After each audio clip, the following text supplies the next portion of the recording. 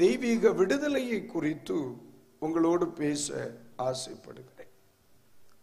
ஆண்டவருடைய விடுதலை எத்தகையது? ஒரு மனிதன் எவைகளில் விடுதலை பெற்றுக் கொள்ள வேண்டுவது அவசியம் என்பதை மிக தெளிவாக ஆவியானவர் நம்மோடு கூட பேசுவாராக. ஏன் இயேசு பிரசங்கிக்கப்படுகிறார்? இயேசு ஏன் தேவை? இயேசுவை குறித்து இந்த உலகத்தில் அறிவிக்கப்பட வேண்டிய அவசியம் என்ன? தெய்வங்கள் இல்லாததினால் அல்ல, தெய்வங்கள் இருந்தும் மனிதனுக்கு விடுதலை தேவைப்படுகிறதுனால். நான் சொல்றது புரியும் நினைக்கிறேன். மதங்கள் இல்லாததினால் அல்ல, மதங்கள் இருந்தும் மனிதனுக்கு விடுதலை தேவைப்படுகிறதுனால். மார்க்கங்கள் இல்லாததினால் அல்ல, 1000 மார்க்கங்கள் இருந்தும் மனிதன் பூரண விடுதலையை பெற்றுக்கொள்ள வேறு வழி இல்லாததினால் இயேசு இந்த உலகத்தில் பிரசங்கிக்கப்பட வேண்டிய ஒரு அவசியம் இருக்கிறது. அல்லேலூயா. அதனாலதான் தேவ மனுஷன், அருமையான தேவ மனிதர் அப்போஸ்தலனாகிய பவுல் தன்னுடைய கொரிந்திய நிருபத்தில் 2ஆம் அதிகாரத்தை எடுங்க. அந்த பேஸ் கொஞ்சம் லெவல் பண்ண மக்களே, பேஸ் செதறி கிடக்கு. 2ஆம் அதிகாரம் அதனுடைய 2ஆம் வசனத்தை படிக்கும் பொழுது, இயேசு கிறிஸ்துவை சிலுவையில் அறையப்பட்ட அவரையே அன்றி வேறொன்றையும் உங்களுக்குள்ளே அறியாதிருக்க தீர்மானித்தேன் என்று சொல்லுகிறார். அப்போஸ்தலனாகிய பவுல் கொரிந்திய திருச்சபைக்கு தன்னுடைய நிருபத்தை அவர் எழுதும் பொழுது என்ன சொல்லுகிறார்? சிலுவையில் அறையப்பட்ட அவரையே அன்றி வேறொன்றையும் நீங்கள் அறியாதிருக்க தீர்மானித்தேன். அப்படின்னா என்ன அர்த்தம்? இந்த உலகத்துல நீங்க எதை அறிகிறீர்களோ இல்லையோ, மிக பிரதானமாய் அறிய வேண்டியது சிலுவையில் அறையப்பட்ட இயேசு. அல்லேலூயா. இந்த உலகத்தில் மனுஷனுக்கு நிறைய அறிவுகள் பெருத்து கொண்டிருக்கிறது இல்லையா? ஆனா பைபிள் சொல்லுது, அறிவு பெருத்தவன் நோவு பெருத்தவன். அதெல்லாம் படிக்க நமக்கு நேரம் இல்லை. ஆனா மனுஷன் அறிவு பெருத்து போக வழக்குகள் நீதிமன்றங்களில் அதிகமாகிக் கொண்டே இருக்கிறது. ஆகவே இக்காலங்களில் இயேசு உலகத்தில் அறிவிக்கப்படுவதின் அவசியம். இயேசு கிறிஸ்துவை ஏன் தேவ மனிதர்கள் மிக தெளிவாக பிரசங்கித்தார்கள்? இவைகளை இன்னும் ஆழமாய் படிக்க இந்த இரவிலும் நமக்கு ஆண்டவர் உதவி செய்யட்டும். தலை வணங்கி ஜெபிப்போம். கிருபை நிறைந்த எங்கள் அன்பின் பரலோக தகப்பனே, ஆண்டவர் இயேசு கிறிஸ்துவின் நாமத்தில் உம்முடைய பிள்ளைகள் உம்முடைய சமூகத்தில் நாங்கள் வருகிறோம். இந்த தேசத்தில் ஆண்டவர் தேசத்தின் மறுரூபத்திற்காக உன்னத திட்டத்தின்படி கர்த்தர் ஏற்படுத்தின அருமையான சபைக்காய் கர்த்தரை ஸ்தோத்திரிக்கிறேன். அருமையான இந்த தேசத்தில் தரிசனமுள்ள ஒரு மனிதனை ஏற்படுத்தி அந்த மனிதனை பாவத்திலிருந்தும் சாபத்திலிருந்தும் அக்கிரமத்திலிருந்தும் அநியாயத்திலிருந்தும் பொல்லாத சிறையிருப்பிலிருந்தும் கர்த்தர் விடுதலையாக்கி மகிமையான சத்தியத்தை மகனுடைய கைகளில் கர்த்தர் கொடுத்து இந்த தேசத்தில் ஒரு பெரிய ரட்சிப்பை பிரகடனப்படுத்தும்படி இந்த தேசத்தின் காவலாளியாய் தேவன் பிள்ளையை வைத்து இந்த தேசத்தில் நடத்தி வருகிற நல்ல பாதைகளை நினைத்துமை துதிக்கிறேன். இந்த அருமையான 4 தினங்கள் இந்த தேசத்தில் உம்முடைய சத்திய வசனத்தை மிக தெளிவாக உபதேசிக்கவும் உம்முடைய நாமத்தை மகிமைப்படுத்தவும் உம்முடைய பிள்ளைகளுக்கு ஆண்டவர் கிருபை கொடுக்கும்படியாக ஜெபிக்கிறேன். அடியானை மறைத்து நீர் மகிமைப்படும். பரிசுத்த தேவன் தம்முடைய வல்லமையை விளங்க பண்ணுவீராக. சிலுவையின் ஆளுகைக்குள் என்னை பூரணமாய் அர்ப்பணித்து நல்ல தேவன் மகிமைப்பட வேண்டும் என்று சொல்லி ஜெபிக்கிறேன். மகிமைப்படும், தொடர்ந்து பேசும், தடைகளை மாற்றும் வார்த்தைகளை தந்து மகிமைப்படுத்த ஜெபிக்கிறேன். இயேசுவின் நாமத்தில் ஜெபிக்கிறோம் நல்ல பிதாவே. அல்லேலூயா. மனிதன் இந்த உலகத்தில் விடுதலையை மிகவும் எதிர்பார்க்கின்ற ஒருவனாக இருக்கிறார். தேவன் இந்த உலகத்தில் மனிதனை மிகவும் சுதந்திரமான ஒருவனாக வைத்தார். எதற்கும் அடிமைப்படாத, எவராலும் மேற்கொள்ள முடியாத ஒரு மனுஷனாய், ஒரு சிருஷ்டியாக தேவன் மனிதனை வைத்திருந்தார். மனிதனுடைய மதியீனம் அவனை அநேக காரியங்களில் சிக்க வைத்து விட்டது. அறியாமைகள் என்று சொல்லலாம், சில இடங்களில் கீழ்ப்படியாமைகள் என்று சொல்லலாம், சில இடங்களில் அவர்களுடைய மெத்தன போக்கு என்று சொல்லலாம். ஏதோ ஒன்று மனிதனை விடுதலையற்றவனாக மாற்றி அடிமைப்படுத்தி விட்டது. இப்ப அடிமைப்பட்டவர்களுக்கு சுதந்திரம் தேவைப்படுகிறது. பாருங்க, ஆகஸ்ட் மாதம் 15ஆம் தேதி நம்முடைய தேசத்தில் சுதந்திர நாளை நம்முடைய இந்திய மண்ணில் சுதந்திரம் கிடைத்த நாளாக நாம் அனுஷ்டித்தோம். ஒரு சுதந்திரம் என்ற வார்த்தை வறுமையானால் அடிமைத்தனம் என்கிற ஒன்று அதற்கு பின் மறைந்திருந்திருக்கிறது. யாருக்கு சுதந்திரம் தேவை? அடிமைப்பட்டவர்களுக்கு சுதந்திரம் தேவை, விடுதலை இல்லாதவர்களுக்கு சுதந்திரம் தேவை. அப்படியானால் இந்த உலகத்தில் மனிதனாய் பிறக்கிற ஒவ்வொரு மனுஷனுக்கும் சுதந்திரம் தேவைப்படுகிறது என்பதை பரிசுத்த வேத புத்தகம் மிக தெளிவாக நமக்கு சொல்லுகிறது. ஒவ்வொரு மனிதனுக்கும் விடுதலை தேவைப்படுகிறது. அல்லேலூயா. இந்த உலகத்தில் நமக்கு கிடைக்கப்பெறுகிற மிக பிரதானமான ஒன்று இயேசுவினால் கிடைக்கப்பெறுகிற விடுதலை. இயேசுவினால் கிடைக்கப்பெறுகிற விடுதலை. இன்றைக்கு ராத்திரி விடுவிக்கப்பட்டவர்கள் என் செய்தியை கேட்கிறீங்க, விடுதலையை விரும்புகிறவர்கள் என் செய்தியை கேட்கிறீங்க. ஆனால் இந்த அருமையான இரவு நேரத்தில் நாம் கேட்க போகிற தேவ செய்தி நமது தனிப்பட்ட வாழ்க்கையையும் அந்தரங்க வாழ்க்கையையும் வெளியரங்கமான வாழ்க்கையையும் ஒரு பெரிய விடுதலைக்கு நேராக நடத்த வேண்டும் என்பதுதான் இந்த கன்வென்ஷனுடைய மிக பிரதானமான நோக்கம். அல்லேலூயா. மனுஷன் வாழ்க்கையில் செல்வந்தனாக மாறும் பொழுது சுகமாக இருக்கிறான் என்று பலரும் நினைத்து கொண்டிருக்கிறார்கள். ஏழையாய் இருக்கிறவர்களுக்கு ஒரு எண்ணம், கொஞ்சம் காசு மட்டும் இருந்தா நல்லா இருந்திருக்கலாமே அப்படின்றார். செல்வந்தர்களாக இருக்கிறவர்களை நெருங்கி பழகும் பொழுது கொஞ்சம் சமாதானம் இருந்திருந்தால் நன்றாய் இருந்திருக்குமே.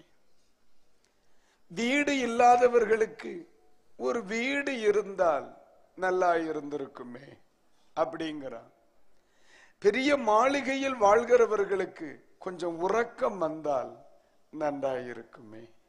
ஆமா, பெரிய பெரிய மாட மாளிகையில் வாழ்கிற பலரும் ஒவ்வொரு இரவுகளையும் தூங்க வேண்டுமானால் அவர்களுக்கு இரவு தூக்கத்திற்கான மாத்திரை தேவைப்படுகிறது. அப்படியெல்லாம் பார்த்தா நீங்க எல்லாம் பாக்கியவான்கள். ஏன்னா நடு ஆலயத்துல தூங்குற பாத்தியா, அதெல்லாம் மனுஷனால, அதெல்லாம் கடவுள் கிருபைதான். அவன் வீட்டுல தூங்கவே பாடுபடுறான். நம்ம இவ்வளவு சத்தத்துக்குள்ள தூங்குவோம் பாரு. சில நேரங்கள்ல கன்வென்ஷன் மீட்டிங்ல எல்லாம் 30,000 40,000 வாட்ஸுக்கு சவுண்ட்ஸ் போட்டு அடிச்சு பழுவான். அவ்வளவு சத்தத்துல நடுவில் உட்கார்ந்து அப்படியே கர்த்தருக்குள் நித்திரை அடைவார். அதெல்லாம் உண்மையிலே அது பெரிய சிறப்பு. அது உங்களால மட்டும்தான் முடியும். அது ஒரு மாதிரிப்பட்ட ஒருவேளாலே முடியாது. அதுக்கு தேவ கிருபை. ஆனா அந்த மாதிரி நீங்க இல்லைன்னு நான் நம்புறேன். 2 நாள் இருக்கு, நம்ம பார்ப்போம். அப்படி யாராச்சும் இருந்தா கண்டிப்பா உங்களுக்கு காட்டி தருவேன். அவர்களெல்லாம் பாராட்டப்படத்தக்கவர்கள். இந்த நாட்களில் நம்ம நினைக்கிறோம், நான் நல்லா இருக்கேன், அவங்க நல்லா இருக்காங்க, நான் தான் கஷ்டப்படுதேன். இல்லப்பா, இந்த உலகத்தில் மனிதனாய் பிறக்கிற எல்லா மனிதனும் ஏதோ ஒரு இடத்துல பிரச்சனையை சந்தித்து கொண்டிருக்கிறார். மனிதனுக்கு நிரந்தரமான விடுதலை எங்கோ ஒரு இடத்தில் தேவைப்படுகிறது. கர்த்தர் நல்லவர். அதாவது பெரிய சுகர் ஃபேக்டரி வச்சிருப்பான், ஆனா அந்த மனுஷனால சக்கரை சாப்பிட முடியாது. பத்திரிக்கையால எனக்கு தெரிந்த ஒரு குடும்பம், அவங்க டிராவல்ஸ் வச்சிருக்காங்க. அவங்களுக்கு எப்படியும் ஒரு 10-40க்கு மேல வண்டிகள் இருக்கும். ஆனா அந்த அந்த அந்த வீட்டு சகோதரி டிராவல் பண்ண முடியாது. வண்டியில ஏறினாலே வாந்தி வந்துடும். 40 வண்டி மேல வச்சிருக்காங்க. ஆனா அவங்களுக்கு டிராவல் பண்றதுன்னே ஆகாது. வண்டியை நினைச்சாலே அவளுக்கு வாந்தி வரும். பாருங்க, நம்ம ஆட்களை உள்ள ஏற்றி விட்டா போற, இறங்குறதே யோசிக்க மாட்டோம். ஏதோ ஒரு விதத்தில் மனுஷனுக்கு ஒரு விடுதலை தேவைப்படுகிறது. இந்த நாட்களில் விடுதலையின் அவசியம், எவைகளினால் மனிதனுக்கு விடுதலை வருகிறது என்பதை குறித்து நாம் படிப்போம். ஆவியானவர் நமக்கு உதவி செய்வார். ஒரு அல்லேலூயா. பரிசுத்த வேதாகமும் ஆதியாகமத்தின் புஸ்தகத்திலிருந்தே மனிதனை விடுதலைக்கு நேராக நடத்துகிற அநேக வழிகளை சொல்லுகிறது.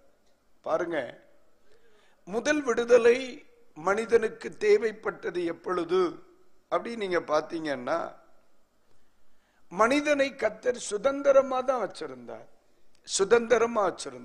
எங்க? ஏதேன் தோட்டத்தில். ஆனால் ஒரு சிறிய பாவம் என்கிற ஒன்று மனிதனில் வருகிறது. சிறுசா பெருசாங்கிறது வேற. பாவம் எப்பொழுது மனுஷனுக்குள் நுழைந்ததோ, அவன் போய் தானாக ஒரு மறைவிடத்தை ஏற்படுத்தி அதற்குள்ளே ஒழித்து கொண்டான். முதல் விடுதலை அந்த மறைவிடத்திலிருந்து அவனை வெளியே கொண்டு வர தேவன் அவனை அழைக்க வேண்டிய ஒரு அவசியம் வந்துச்சு. ஆண்டவர் அவனை ஏதேனில் சுதந்திரமா வாழ வச்சார். ஆமாவா இல்லையா? எங்கேயும் போலாம், எங்கேயும் நடக்கலாம், பேசலாம், சிரிக்கலாம், என்ன வேணாலும் சாப்பிடலாம், அந்த ஒரு மரத்தை தவிர. அந்த அளவிற்கு ஆண்டவர் சுதந்திரமா வச்சிருந்தார். இன்னொரு பிரச்சனை, அங்க அன்னைக்கெல்லாம் வஸ்திரமே போட வேண்டாம். இதை விட பெரிய சுதந்திரமே கிடையாது. இன்னைக்கு நம்ம ஆட்களுக்கு அதான பெரிய பிரச்சனை. விட்டுறே, அங்க போக வேண்டாம். அவ்வளவு சுதந்திரமா வாழ்றாங்க. ஆனா பாவம் என்கிற ஒன்று அவருடைய வாழ்க்கையில் வந்த பொழுது அந்த சுதந்திரத்திலிருந்து அவர்கள் போய் ஒளிந்து கொண்டார்கள் அப்படின்னு இருக்கு. மனிதனை தனக்கென்று ஒரு மறைவை ஏற்படுத்தி ஒழிய பண்ணியது பாவம். அப்ப முதலாவது அவனை தனக்கென்று தான் ஏற்படுத்தி கொண்ட ஒரு மறைவிடத்திலிருந்து விடுதலையாக்கி வெளியே கொண்டு வர தேவனுடைய ஒரு அழைப்பு தேவைப்படுகிறது. அன்றைக்கு ஆரம்பித்தது மனுஷனுடைய விடுதலை பயணம், விடுதலை தேடுதல். இன்றைக்கு வரைக்கும் நடந்து கொண்டேதான் இருக்கிறது. அல்லேலூயா, கர்த்தருக்கு ஸ்தோத்திரம். அன்பானவர்களே, இன்று இரவில் நாம் கேட்க போகிற வேத வசனம் நமது வாழ்க்கையில் எத்தனை இன்றியமையாதது என்பதை உணர கர்த்தர் கிருபை தருவாராக. பரிசுத்த வேதாகமம் சொல்லுகிற சில விடுதலைகளை பார்ப்போம். ஒன்று, கலாத்தியருக்கு எழுதிய நிருபம். எடுங்க பார்க்கலாம். கலாத்தியருக்கு எழுதிய நிருபம். உங்களுக்கு ஓரளவு வெளிச்சம் பத்தும்னு நினைக்கிறேன். கலாத்தியருக்கு எழுதிய நிருபம், அதனுடைய முதல் அதிகாரம், அதனுடைய 4வது வசனத்தை நாம் வாசிக்க போகிறோம். அவர் நம்மை இப்பொழுது இருக்கிற பொல்லாத பிரபஞ்சத்திலிருந்து விடுவிக்கும்படி நம்முடைய பிதாவாகிய தேவனுக்கு தேவனுடைய சித்தத்தின்படியே நம்முடைய பாவங்களுக்காக தம்மை தாமே ஒப்பு கொடுத்தார். அல்லேலூயா. பரிசுத்த வேதாகமும் மனிதன் விடுதலையாக்கப்பட வேண்டும் என்று சொல்லுகிற முதல் பிரதானமான ஒன்று வேதாகமத்தின்படி மனிதன் பிரபஞ்சத்திற்குள்ளே சிக்கிக் கொண்டான். பிரபஞ்சம் என்கிற ஒன்றுக்குள் சிக்கிக் கொண்டான். நான் உங்களுக்கு புரிகிற மாதிரி சொல்றேன். தேவன் வானத்தையும் பூமியும் சிருஷ்டித்தார் அப்படின்னு நம்ம பைபிள்ல படிக்கிறோம். அந்த திரளான பூமியின் நடுவில் மனிதன் வாழ்வதற்காக ஒரு எல்லையை குறித்து ஏதேன் என்று சொல்லுகிற ஒரு தோட்டத்தில் கர்த்தர் என்ன செய்கிறார்? வைத்தார். நல்ல கவனிங்க. அந்த ஏதேன் தோட்டம் மனிதனுக்காகவே தேவன் படைத்து ஆயத்தப்படுத்தி பாதுகாத்து வைக்கப்பட்ட ஒரு மகிமையான ஒரு பிளேஸ், ஒரு அழகான இடம். தேவனோடு தொடர்பு கொள்ளத்தக்க ஒரு இடம், தெய்வ சத்தம் கேட்கத்தக்க ஒரு இடம், தேவ பிரசன்னத்தை உணர்கிற ஒரு இடம், தேவனுக்காக வாழ தன்னை அர்ப்பணிக்கின்ற ஒரு அழகான ஒரு இடம். ஆனா அந்த ஏதேன் என்று சொல்லுகிற ஒரு எல்லை இருந்த அதே நேரத்தில் அந்த ஏதேனுக்கு வெளியில் இன்னொரு இடம் என்ன செய்தது? இருந்துச்சு. ஏதேன் என்பது தேவன் மனிதனுக்காக மட்டும் வைத்தது. பைபிள் சொல்லுது, அவனை மண்ணினாலே உண்டாக்கி அவனை கர்த்தர் எங்கு கொண்டு வந்தாராம்? எல்லாரும் ஆதியாகமத்தின் புத்தகம் 2ஆம் அதிகாரம் எடுங்க. கர்த்தர் அவனை எங்கே கொண்டு வந்தார்? கர்த்தருக்கு ஸ்தோத்திரம். பாருங்க, 2ஆம் அதிகாரம் 15ஆம் வசனத்தை ஒன்று படிக்க கேளுங்க. தேவனாகிய கர்த்தர் ஏதேன் தோட்டத்தில் அழைத்து கொண்டு வந்து அதை பண்படுத்தவும் காக்கவும் வைத்தார். 8ஆம் வசனத்தை 7-8 வசனங்களை படிங்க. தேவனாகிய கர்த்தர் மனுஷனை பூமியின் மண்ணினாலே உருவாக்கி ஜீவ சுவாசத்தை அவன் நாசியில் ஊதினார். மனிதன் ஜீவ ஆத்துமாவானான். இனி படிக்கணும். தேவனாகிய கர்த்தர் ஒரு தோட்டத்தை உண்டாக்கி தாம் உருவாக்கின மனுஷனை அதிலே வைத்தார். கைகளை உயர்த்தி அல்லேலூயா. அப்ப ஏதேன் மனிதனுக்காகவே உருவாக்கப்பட்ட இடம் ஏதேன். ஆண்டவர் அதுலதான் மனுஷனை வச்சார். அதுல அவர் ரொம்ப சந்தோஷப்பட்டார். வந்தார், பார்த்தார், பேசினார். ஆனா பாவம் என்கிற ஒன்று எப்பொழுது மனிதனுக்குள் வந்ததோ அவன் தனக்கென்று வைக்கப்பட்ட அந்த ஸ்தானத்தை அவன் இழக்கிறான். அந்த தோட்டத்திற்கு வெளியிலே அவன் வரவேண்டிய ஒரு அவசியம் வருகிறது. தோட்டத்திற்கு வெளியில் இருப்பது பிரபஞ்சம். தோட்டத்திற்கு வெளியில் இருக்கிறது பிரபஞ்சம். அந்த தோட்டத்தை அவன் இழந்து வெளியே வருகிறான். அவனுக்கென்று தேவனால் படைக்கப்படாத ஒன்றில் மனிதன் வாழ்ந்து கொண்டிருக்கிறான். அதற்கு என்ன பெயர்? பிரபஞ்சம் என்று பெயர். அந்த பிரபஞ்சத்திற்குள்ளே மனிதன் சிக்கினபடியினால் இப்பொழுது மனுஷன் பிறந்த நாள் முதல் மரிக்கிறது வரையிலும் அவனுடைய வாழ்க்கை ஏதோ ஒன்றோடு கூட என்ன செய்கிறான்? போராடி கொண்டே வருகிறான். என்ன, நம்மை தேவன் எங்குதான் வைத்தார்? தோட்டத்தின் எல்லைக்குள்ளதான் வச்சார். அந்த எல்லையில் வாழுகிற தகுதியை மனுஷன் என்ன செய்து விடுகிறான்? இழந்து விடுகிறான். ஒரு எல்லையை கடக்க வேண்டிய ஒரு அவசியம் அவனுக்கு என்ன செய்யுது? வருது. இந்த தோட்டத்திற்கு ஒரு வேலி இருந்துச்சு. அந்த வேலியை கடந்தாலே அதற்கு பெயர் என்ன? பிரபஞ்சம். அங்கே என்ன இருக்கிறது? வேதனை, கண்ணீர், அவமானம், துக்கம், இல்லாய்மை, இதெல்லாமே இருக்கு. மரண பயம், இதெல்லாம் இருக்கு. அந்த எல்லையை கடக்கிறது வரைக்கும் அவர்கள் மரணத்தை குறித்து பயப்பட வேண்டிய அவசியம் அவர்களுக்கு இல்லை. அவர்களுக்கு இல்லை. யாராவது என்ன கொன்னுருவாங்க, என்கிட்ட திருடிடுவாங்க, என்னுடைய நன்மைகளை எடுத்துருவாங்க, மரணம் என்ன பிடிச்சுக்கும், சத்துரு என்னை அழித்து விடுவான், யாராவது மந்திரவாதம் பண்ணிடுவாங்க, இப்படியெல்லாம் பயப்பட வேண்டிய அவசியம் தோட்டத்திற்குள் இருக்கிறது வரைக்கும் வரல. எப்ப அந்த வேலியை தாண்டி பிரபஞ்சத்திற்குள்ளே வந்தார்களோ, எதெல்லாம் அவனுக்கு தேவனால் கொடுக்கப்படவில்லையோ அந்த பயம், அந்த கவலை, அந்த துக்கம், அந்த வேதனை மனுஷனுக்கு வந்துருச்சு. இப்ப ஆண்டவருக்கு என்ன பைபிள் என்ன சொல்லுது? மறுபடியும் இந்த வெளியில் இருக்கிற பிரபஞ்சத்தில் இருந்து விடுதலையாக்கி இந்த ஏதேன் என்று சொல்லுகிற அந்த மகிமையான தோட்டத்திற்குள் மறுபடியும் மனுஷனை கொண்டு வர வேண்டும். இதுதான் இயேசு கிறிஸ்துவனுடைய விடாமுயற்சி. ஹல்லேலூயா. சொல்லுது புரியுதாம்மா? அதுதான் அதுதான் இந்த பிரபஞ்சம் பிரபஞ்சம் பிரபஞ்சம் அப்படின்னு சொல்லுவாங்க. பூமியில் தேவன் மனுஷனை மண்ணினால் சிருஷ்டித்து அவனை ஏதேன் என்கிற தோட்டத்திற்குள்ளே கொண்டு வந்தார். படைத்தது ஒரு இடம், தேவன் அவனை வைத்தது ஒரு இடம். நீ இந்த இடத்தில் இருந்தால் போதும், இதுதான் என் எல்கை என்று அவனை கரெக்டா ஒரு இடத்துல வச்சார். பட் அவனுடைய அந்த மனிதனுடைய சில குருட்டு புத்தின்னு சொல்லலாம்.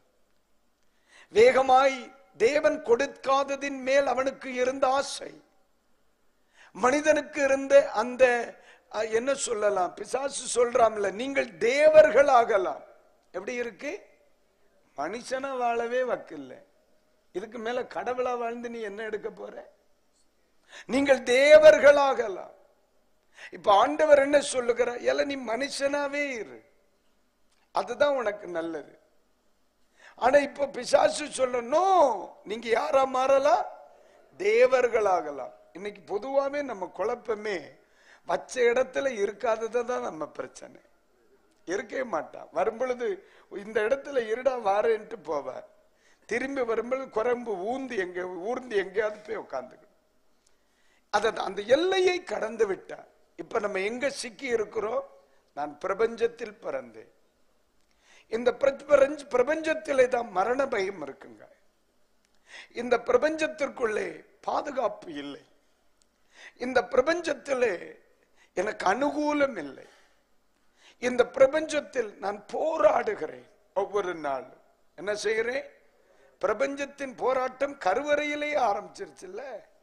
அதாவது ஈசாக்கினுடைய மனைவி பேர் என்ன? ரெபேக்கா. உங்க ஊர்ல அதானே? அங்க 2 குழந்தைகள் உருவாகுது. அதுல ஒருத்தன் பேர் ஏசா, இன்னொருத்தன் பேரு யாக்கோபு. உள்ளுக்குள்ளேயே பிரச்சனை, நீ ஃபர்ஸ்ட் நான் ஃபர்ஸ்ட். பிரபஞ்சத்திலே வெளியே வருவதற்கு போராட்டம் எங்க தொடங்குது? கருவறைக்குள்ளே தொடங்குது. வரவா வேணாமா? இல்ல நீ முன்னால போறியா நான் பின்னால வரவா? இல்ல நான் முன்னால போகவா நீ பின்னால வர்றியா? இந்த பிரபஞ்சம் போராட்டம் நிறைந்தது. அது எங்க ஆரம்பிச்சிருது? அவ்வளவுதான். பிறகு உள்ள இருக்கும் போது அது ஆரம்பிக்குது. மனுஷன் வெளியே வந்த பிறகு நித்தவும் போராட்டம். 1ஆம் கிளாஸ்ல பென்சிலுக்கு ஆரம்பிக்கிற போராட்டம் இன்னைக்கு வரைக்கும் நடந்துகிட்டு தான். ஆமா, அப்போஸ்தலன் பவுல் சொல்லுகிறார், நல்ல போராட்டத்தை இருக்கா இல்லையா? அப்ப நம்ம எங்க உட்கார்ந்து இருக்கிறோம்? பிரபஞ்சத்துல. நம்ம எங்க இருக்கிறோம்? பிரபஞ்சத்துல. அப்ப நம்ம அனுபவிக்கிற அப்பா இந்த வேதனை மாறட்டும் அப்படின்னா மூக்க சொருவிட்டு பிரபஞ்சத்தை விட்டு போவத்தான் செய்யும். மனுஷனுடைய பாடுகளை அல்லாமல் வேறே பாடுகள் நமக்கு இல்லை. இந்த பூமியில் பிரபஞ்சத்தை ஜெயிக்க விடாமல் வாழணும். பிரபஞ்சத்தை விட்டு வெளியே போகணும்னா நாம் நித்தியம் செல்லணும். இதை விட்டு நிரந்தரமா வெளியே வரணும். நம்ம இருக்கிறது எங்கதான்? பிரபஞ்சத்தின் ஆளுமைக்குள்ளதான் இருக்கும். அதனாலதான் போன வாரம் பிரச்சனை வேற மாதிரி இருந்து பாஸ்டர்ட்ட வந்தோம். பாஸ்டர் இப்படி பிரச்சனை இருக்கு வான்னு சொல்லி அவர் மண்டையில கை வைக்கிறார். ஒரு அசைச்சு ஜோம் பண்ணி விட்டுருந்தார். போன வாரம் விடுதலை கிடைச்சு அடுத்த ஞாயிற்றுக்கிழமை வரும்போது இன்னொரு பிரச்சனையை கொண்டு வரான. அடுத்த வாரம் வரும் பொழுது இன்னொரு பிரச்சனையை கொண்டு வாரான். அப்ப டே பை டே பிரச்சனைகள் இருந்து கொண்டே இருக்கிறது. சின்ன வயசுல நம்ம சந்திச்ச பிரச்சனை வேற, வாலிபத்துல சந்திச்ச பிரச்சனை வேற, இளம் வயதில் சந்தித்த பிரச்சனை வேற. வயசானவங்க இருக்கிறாங்க கேளு, அவங்க சந்திக்கிற பிரச்சனை வேற. மூக்குல பஞ்சி சொருகிறது வரைக்கும் பிரச்சனைக்கு குறவே இல்லை. ஒவ்வொரு நேரமும் அது திணிச்சு திணிச்சு எல்லாம் கழுத வருது. அப்ப நம்ம ஏன் அப்பா இந்த பிரச்சனை மாறாதா? மாறாது. ஏன்? நம்ம இருக்கிற எல்கை அது, நம்ம இருக்கிற எல்கை அது. அது என்ன எல்கை? பிரபஞ்சத்தின் எல்கை. சரி, அப்ப நம்ம கேட்கலாம், பாஸ்டர்யா இந்த பிரபஞ்சத்தின் எல்லையிலிருந்து வெளியே வர ஒரே வழிதான், ஒரே வழி. நம்ம முன்னாடி பூட்டப்பட்டு வெளியே அனுப்பப்பட்டான் இல்ல ஒரு தோட்டம், அந்த தோட்டத்துக்கு ரிட்டர்ன் போகிறது தவிர வேற வழியே கிடையாது. ஆமென். நான் சொல்றது உங்களுக்கு புரியுதா இல்லையா? நமக்கு விடுதலை என்பது இங்கே இந்த பூமியில் பிரபஞ்சத்தில் இருக்கும் பொழுது கர்த்தர் போராட பலன் தருகிறார். விடுதலை இல்ல, போராட நான் மேற்கொண்டு ஓடிக்கொண்டே இருக்கிறேன். நேற்றைக்கு ஒரு பிரச்சனையை நான் மேற்கொண்டேன், இன்னைக்கு ஒரு பிரச்சனையை நான் மேற்கொள்ளுகிறேன், போன வாரத்தில் ஒரு பிரச்சனையை நான் மேற்கொள்ளுகிறேன். ஒவ்வொரு நாளும் ஆண்டவர் எனக்கு கிருபை தருகிறார். இந்த பிரபஞ்சத்தில் பிரபஞ்சம் என்னை மேற்கொள்ளாதபடிக்கு நான் ஓடிக்கொண்டே இருக்கிறேன். யாருடைய கிருபையில? ஏசப்பா கிருபையில, பரிசுத்த ஆவியானவர் தருகிற கிருபையில விசுவாசத்தை ஊன்ற பிடித்து கொண்டு சத்திய வசனம் என்ற துடுப்பை பிடித்து தேவ கிருபையில ஓடிக்கிட்டே இருக்கேன். அப்போ நம்ம இருக்கிறது எங்க தான் இருக்கிறோம்? பிரபஞ்சத்துல தான் இருக்கிறோம். ஆனா பிரபஞ்சத்தில் அமிழ்ந்து போகவில்லை, பிரபஞ்சத்திலே சிக்கிக் கொள்ளவில்லை, தப்பி இருக்கிறோம். ரட்சிக்கப்பட்ட பிள்ளைகளுக்கு நான் சொல்றேன், தப்பி இருக்கிறோம். அல்லேலூயா. ஆனா நம்ம எங்க தான் இருக்கிறோம்? பிரபஞ்சத்துல தான். அதனாலதான் பவுல் சொல்றார், இந்த தேகத்தை விட்டு பிரிந்து போக நான் விரும்புறேன் அப்படிங்கிறார். அந்த பயணம் தான் மறுபடியும் இந்த ஏதேன் தோட்டத்திற்கு திரும்பி போகிற உன்னத நிலை. காரணம், பாவம் செய்கிற இந்த சரீரம், பாவத்தில் பிறந்த இந்த சரீரம் நித்தியத்தையும் மகிமையான அந்த எல்லையும் என்ன செய்வதில்லை, போக முடியாது. இரத்தமும் மாம்சமும் தேவராஜ்யத்தை என்ன செய்யாது, சுதந்திரிக்க முடியாது. அப்ப மனிதனுக்கு இந்த உலகத்தில் விடுதலை தேவைப்படுகிறது. இந்த பிரபஞ்சத்தின் மேலே நமக்கு என்ன உண்டாகணும்? விடுதலை உண்டாகணும். அப்ப இந்த பிரபஞ்சத்தின் மேலே விடுதலை உண்டாக வேண்டுமானால் இப்ப இந்த பிரபஞ்சத்தை மாற்ற முடியாது, அது அழியும் ஒரு நாள். அதுக்கு மாற்றம் இல்லை, அது கண்டிப்பா அது அழியும். ஆனா இந்த பிரபஞ்சத்திலிருந்து நம்ம என்ன செய்து கொள்ளலாம்? தப்பிக்கொள்ளலாம். இந்த தேசம் அழியும் பொழுது, இந்த பூமி அழியும் பொழுது, இது நியாயம் தீர்க்கப்படும் பொழுது, இந்த உலகத்தோடு கூட நியாயம் தீர்க்கப்படாமல் கர்த்தரால் தப்பிக்கொள்ளுகிற ஒரு கூட்டம் தான் ரட்சிக்கப்பட்ட கூட்டம். அல்லேலூயா. அப்ப நமக்கு முதல்ல தப்பிக்கொள்ள வேண்டியது இப்போது இருக்கிற இந்த பிரபஞ்சத்திலிருந்து நமக்கு விடுதலை தேவை. மறுபடியும் எங்க போனோம்? ஏதேனுக்கு போனோம். சரி, அந்த ஏதேனுக்கு போகிறதுக்கு வாசல் என்ன? அந்த ஏதேனுக்கு போகிற வாசல் எது? இயேசுதான் வாசல். நானே வழியும் சத்தியமும் ஜீவனுமாய் இருக்கிறேன். ஒண்ணு கவனிங்க, இந்த பேழைய பார்த்திருக்கீங்களா? பேழை சும்மா எங்கேயாவது பார்த்திருக்கீங்களா? நீங்க பேழைய பார்க்க வாய்ப்பு இல்லை, என்ன நமக்கு ரொம்ப வயசு குறைவு. அப்ப நமக்கு பேழை நீங்க சும்மா இமேஜினேட் பண்ணி பாருங்க. யாருடைய காலத்து பேழை? நோவாவின் காலத்து பேழை. அதுக்கு ஒரே ஒரு வாசல் தான் இருந்துச்சு. அந்த வாசல் வழியாய் இவர்கள் பிரவேசித்த பொழுது எங்கே இருந்தார்கள்? தரையில் இருந்தார்கள். அந்த வாசல் பூட்டப்பட்டு பேழை பயணிக்கிறது. தண்ணீரில் மிதந்து இறங்கிய பொழுது எங்கே இறங்கினார்கள்? சிகரத்தின் மேல் இறங்கினார்கள். அதே மாதிரிதான் இந்த பிரபஞ்சத்தில் நாம் வாழும் பொழுது பேழை என்கிற ஒரு சபைக்குள் நாம் ஏறிக்கொண்டால் அது நகர்ந்து நகர்ந்து நகர்ந்து தேவராஜ்யம் என்கிற சிகரத்தில் அது நம்மை இறக்கிவிடும். அல்லேலூயா. அதுதான் வேற எந்த மார்க்கமும் கிடையாது. வேற எந்த மார்க்கமும் கிடையாது. இந்த பிரபஞ்சத்தில் இருந்து விடுதலையாக்கப்படுவதற்கு, இந்த பிரபஞ்சத்தின் மனிதர்களோடு அழிந்து போகாமல் இருப்பதற்கு ஒரே பேழைக்குள் பிரவேசிப்பதுதான். பேழைக்குள் பிரவேசிப்பதுதான். வேற நோவே, வேற நோவே. என்ன மனுஷன் புனித யாத்திரை செய்தாலும் சரி, யாகங்கள் செய்தாலும் சரி, பொருத்தனைகள் செய்தாலும் சரி, நோவே. மனிதன் பிரபஞ்சத்தில் இருந்து விடுதலையாக்கப்படுவதற்கு ஒரே வழி பேழைக்குள் ஏறி இனி உள்ள நாட்களை மகிமையான பயணத்திற்கு நம்மை அர்ப்பணிப்பதே. Praise the Lord. அல்லேலூயா. பேழைக்குள் ஏறிக்கொண்டவர்களுக்காய் கர்த்தரை ஸ்தோத்தரிக்கிறேன். ஏறின பலரும் இறங்க வழி உண்டான்னு நினைச்சிட்டு இருப்பாக்கும். பீச பிடுங்கி போடுவார். அல்லேலூயா. அப்ப ஒரு முறை ஏறியாச்சு உள்ள ஆண்டவர் கிருபையா உள்ள ஏற்றிட்டார். எப்படி ஏறணும்? அவருடைய நாமத்தின் மேல் விசுவாசம் உள்ளவர்களாய் அவரை ஏற்றுக்கொண்டவர்கள் எத்தனை பேர்களோ அத்தனை பேர்களும் அவருடைய பிள்ளைகள் ஆகும்படி அதிகாரம் கொடுத்தார். அவர் மேலுள்ள விசுவாசத்துல நம்ம எங்க ஏறிட்டோம்? சபை என்கிற நம்ம பேழைக்காக ஜோரோ அவர் கைத்தட்டு கொடுத்துருங்க. ஹல்லேலூயா. கர்த்தருக்கு ஸ்தோத்திரம். சிலர் அடிக்காம இருக்கிறதுக்கு காரணம் உண்டு. இது நம்ம பேழை இல்லை. நம்ம பாஸ்டர் பார்த்தா கண்டிப்பா அடுத்த ஞாயிற்றுக்கிழமை அடி தருவார். என்ன இது வேற பேழை. இது என்ன பேழை? எம்மா, இதுக்கு பேரளவில் வித்தியாசங்கள் இருந்தாலும் நமக்கு இயேசு தந்த ஒரே சபை கிறிஸ்துவின் சபை, ரட்சிக்கப்பட்டவர்களின் கூட்டம். உலகத்திலே மனிதர்களால் சொல்லப்பட்ட பெயர்கள் வித்தியாசங்கள் இருக்கலாம். ஒரே ஞானஸ்நானம், ஒரே ரட்சிப்பு, ஒரே நம்பிக்கை, ஒரே விசுவாசம், ஒரே ஆறுதல், ஒரே ஆவி, ஒரே பயணம். இதெல்லாம் போகிறது எங்க தான் போகுது? அங்கதான், ஒரே இடத்துக்கு தான் டிராவல் பண்றோம். அல்லேலூயா. அப்ப நம்ம இப்போ இது ஒரு பேழை.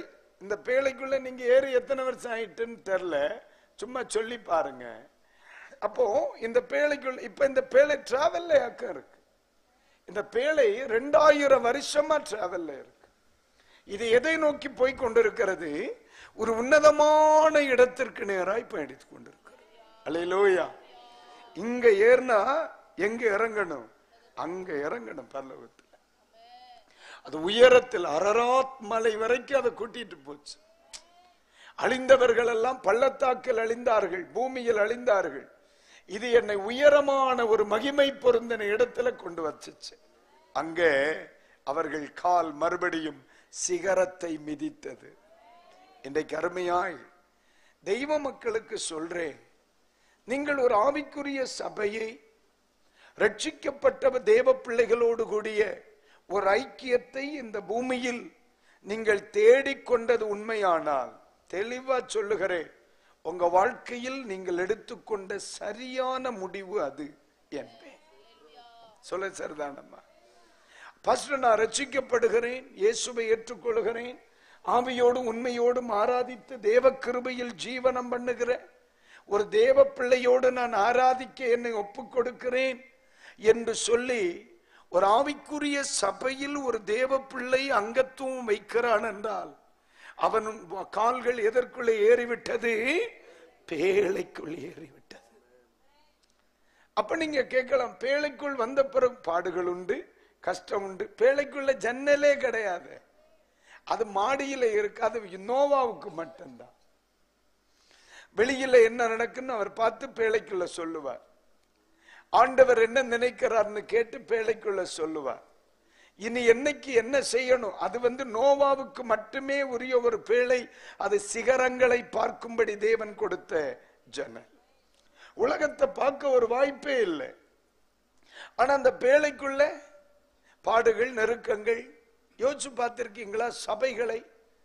நம்ம சபைக்குள்ள இருக்கிற, நான் இது ரொம்ப டீப்பான பகுதி, அதை நான் சொல்லணும்னு இல்லை, இன்னைக்கு சொல்ல வேண்டிய இடமும் இல்லை. இது இந்த பேழைக்கு சிலர் நினைக்கிறாங்க, பாஸ்டர் நம்ம சபைக்குள் இருக்கிற ஒரு சிலர் ஏன் இவங்க இப்படி இருக்காங்க அப்படின்னு நமக்கு தோணுது இல்லைங்களா? யோசிச்சு பார்த்திருக்கீங்களா? சிலர் இவனையுமா கழுத கத்த ரட்சித்தார், இவனெல்லாம் போற்ற வேண்டியதானே, அப்படின்னு சிந்திக்கிறவங்க எல்லாம் சபைக்குள்ளே இருப்பாங்க. நான் அடிக்கடி நினைச்சு சிரிச்சிருக்கேன். என்ன தெரியுமா, அதாவது பேழைய ரொம்ப கவனமா இருக்கணும். உங்க பாஸ்டர் நீங்க பாருங்க, ரொம்ப கவனமா இருந்தா தான் பேழை கடைசி வரைக்கும் போகும். ஏன்னா பேழை எதனால் செய்யப்பட்டது? மரத்தால் செய்யப்பட்டது. மரங்கொத்தி பறவை எங்க இருக்கு? பத்தியா, பேழை எதனால் செய்யப்பட்டது? மரத்தால் செய்யப்பட்டது, கீழ் பூசப்பட்டிருக்கு. மரங்கொத்தி பறவை ஃபேமிலி எங்க இருக்கு? உள்ள இருக்கு. அவங்களுக்கு போர் அடிச்சு அவங்க என்ன செய்வாங்க? இவங்கள்ட்ட இருந்து நம்மளை பாதுகாக்கிறது பெரிய விஷயம். அப்போ இவருக்கு கவனம் எப்படி இருக்கணும்? மரங்கொத்தி பறவை மேல எப்போதும் ஒரு கண் இருந்துகிட்டு இருக்கு. இவனை கவனம் மாறுடா, இவனுக்கு போர் அடிக்குதுன்னு சொல்லி எங்கேயாவது சைடு வாக்குல பேருந்து ஓட்டையை போட்டுருவான். இவன் ஓட்டைய போட்டா தண்ணி உள்ள வந்துடும் இல்ல? அப்ப நம்ம எவ்வளவு கவனமா இருக்கு. பிரபஞ்சம் எப்ப சபைக்குள்ள வரலாம்னு காத்துட்டுலாம் இருக்கு. உலகம் எப்ப சபைக்குள்ள வரலாம்னு காத்துட்டுலாம் இருக்கு. பாவம் எப்ப தேவ பிள்ளைக்குள்ள வரலாம்னு அது காத்துட்டுலாம் இருக்கு. ஐயா நீங்க தேடி போக வேண்டாம், அது வரட்டுமா மைனின்னு கேக்குது. சரி, உங்க ஊர் எலிக்கு என்ன வேலை? எலி என்ன செய்யும்? ஓட்ட போடுமா இல்லையா? எலி ஃபேமிலி எங்க இருக்கு?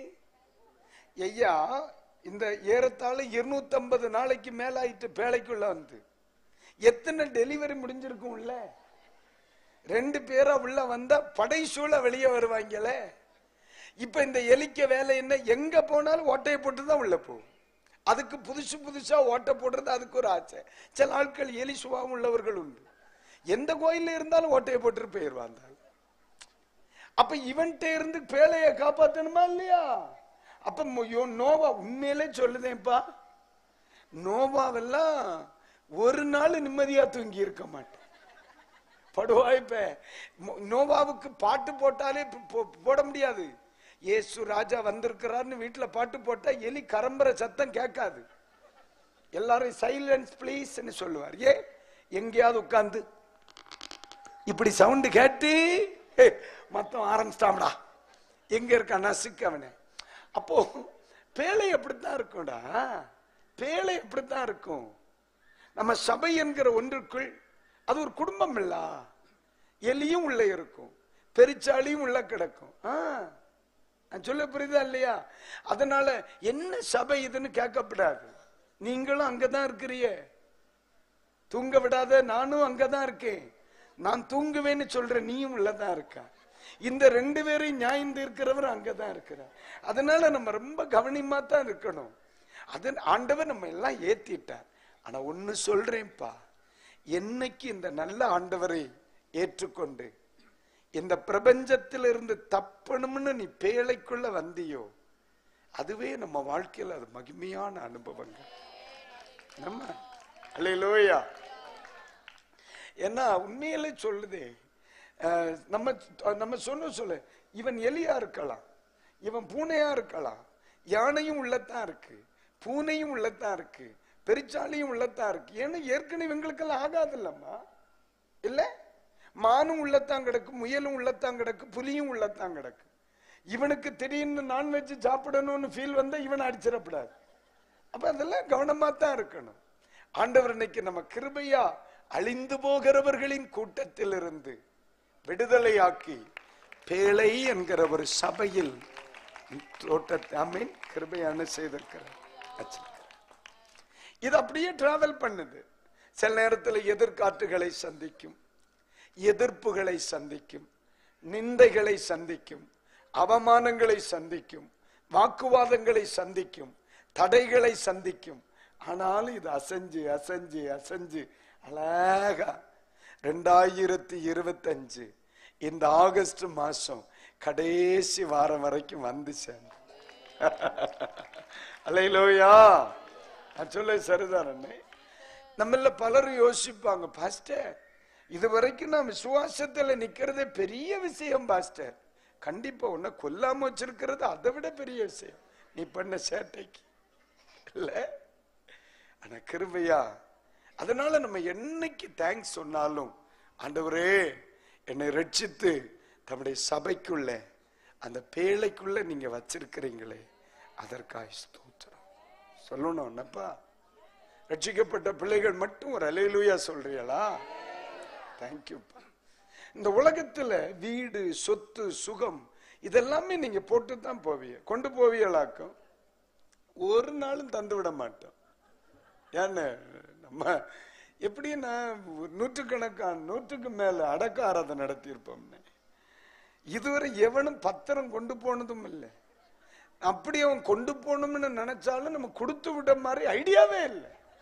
மவனை ஒட்டியானத்தை வரைக்கும் உருவாம விட மாட்டேன். That is policy. அதனால எதுவுமே நமக்கு கொண்டு போக முடியாது. நம்ம வாழ்க்கையில் கிடைக்கிற பெரிய விடுதலை என்பது, நான் சுகத்தோடும் பலத்தோடும் ஆரோக்கியத்தோடும் நல்ல தெளிவான மனநிலையோடும் இருக்கும் பொழுது இந்த பிரபஞ்சத்திலிருந்து விடுதலையாகி இந்த பேழைக்குள் ஏறிக்கொள்ளலாம். அல்லேலூயா. அதுதான் நம்ம வாழ்க்கையில நம்ம செய்கிற மிகப்பெரிய அனுபவம். நீ வந்துரு உள்ளே.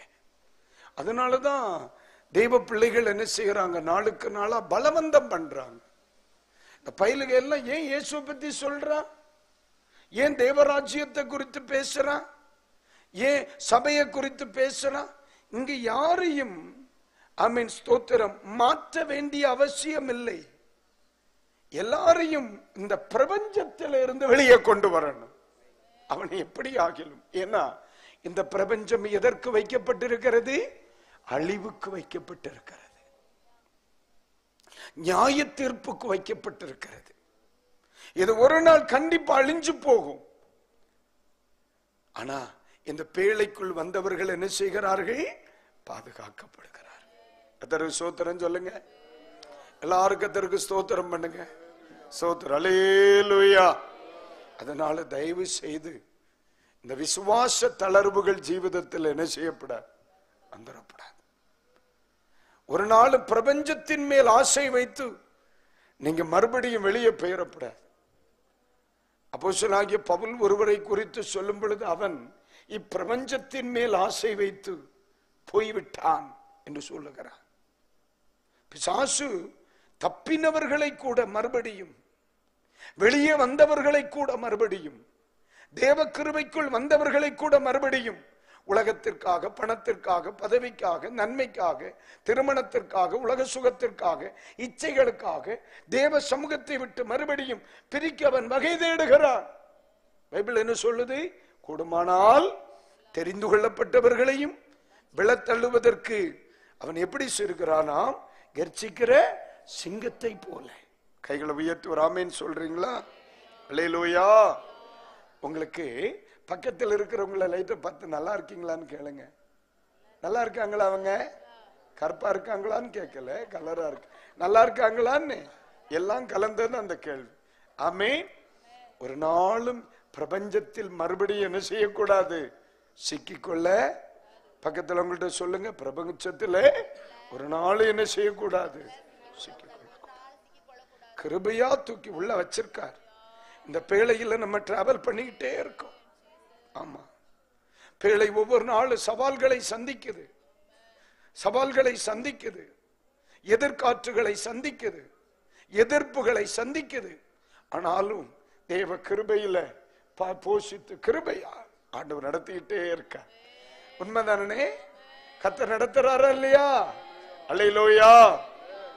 அந்த நாள் வரை, அந்த நாள் வரை, இயேசுவை முகமுகமாய் காண்கிற அந்த நாள் வரை இந்த பேழையின் கதவு ஒரு நாள் திறக்கும்.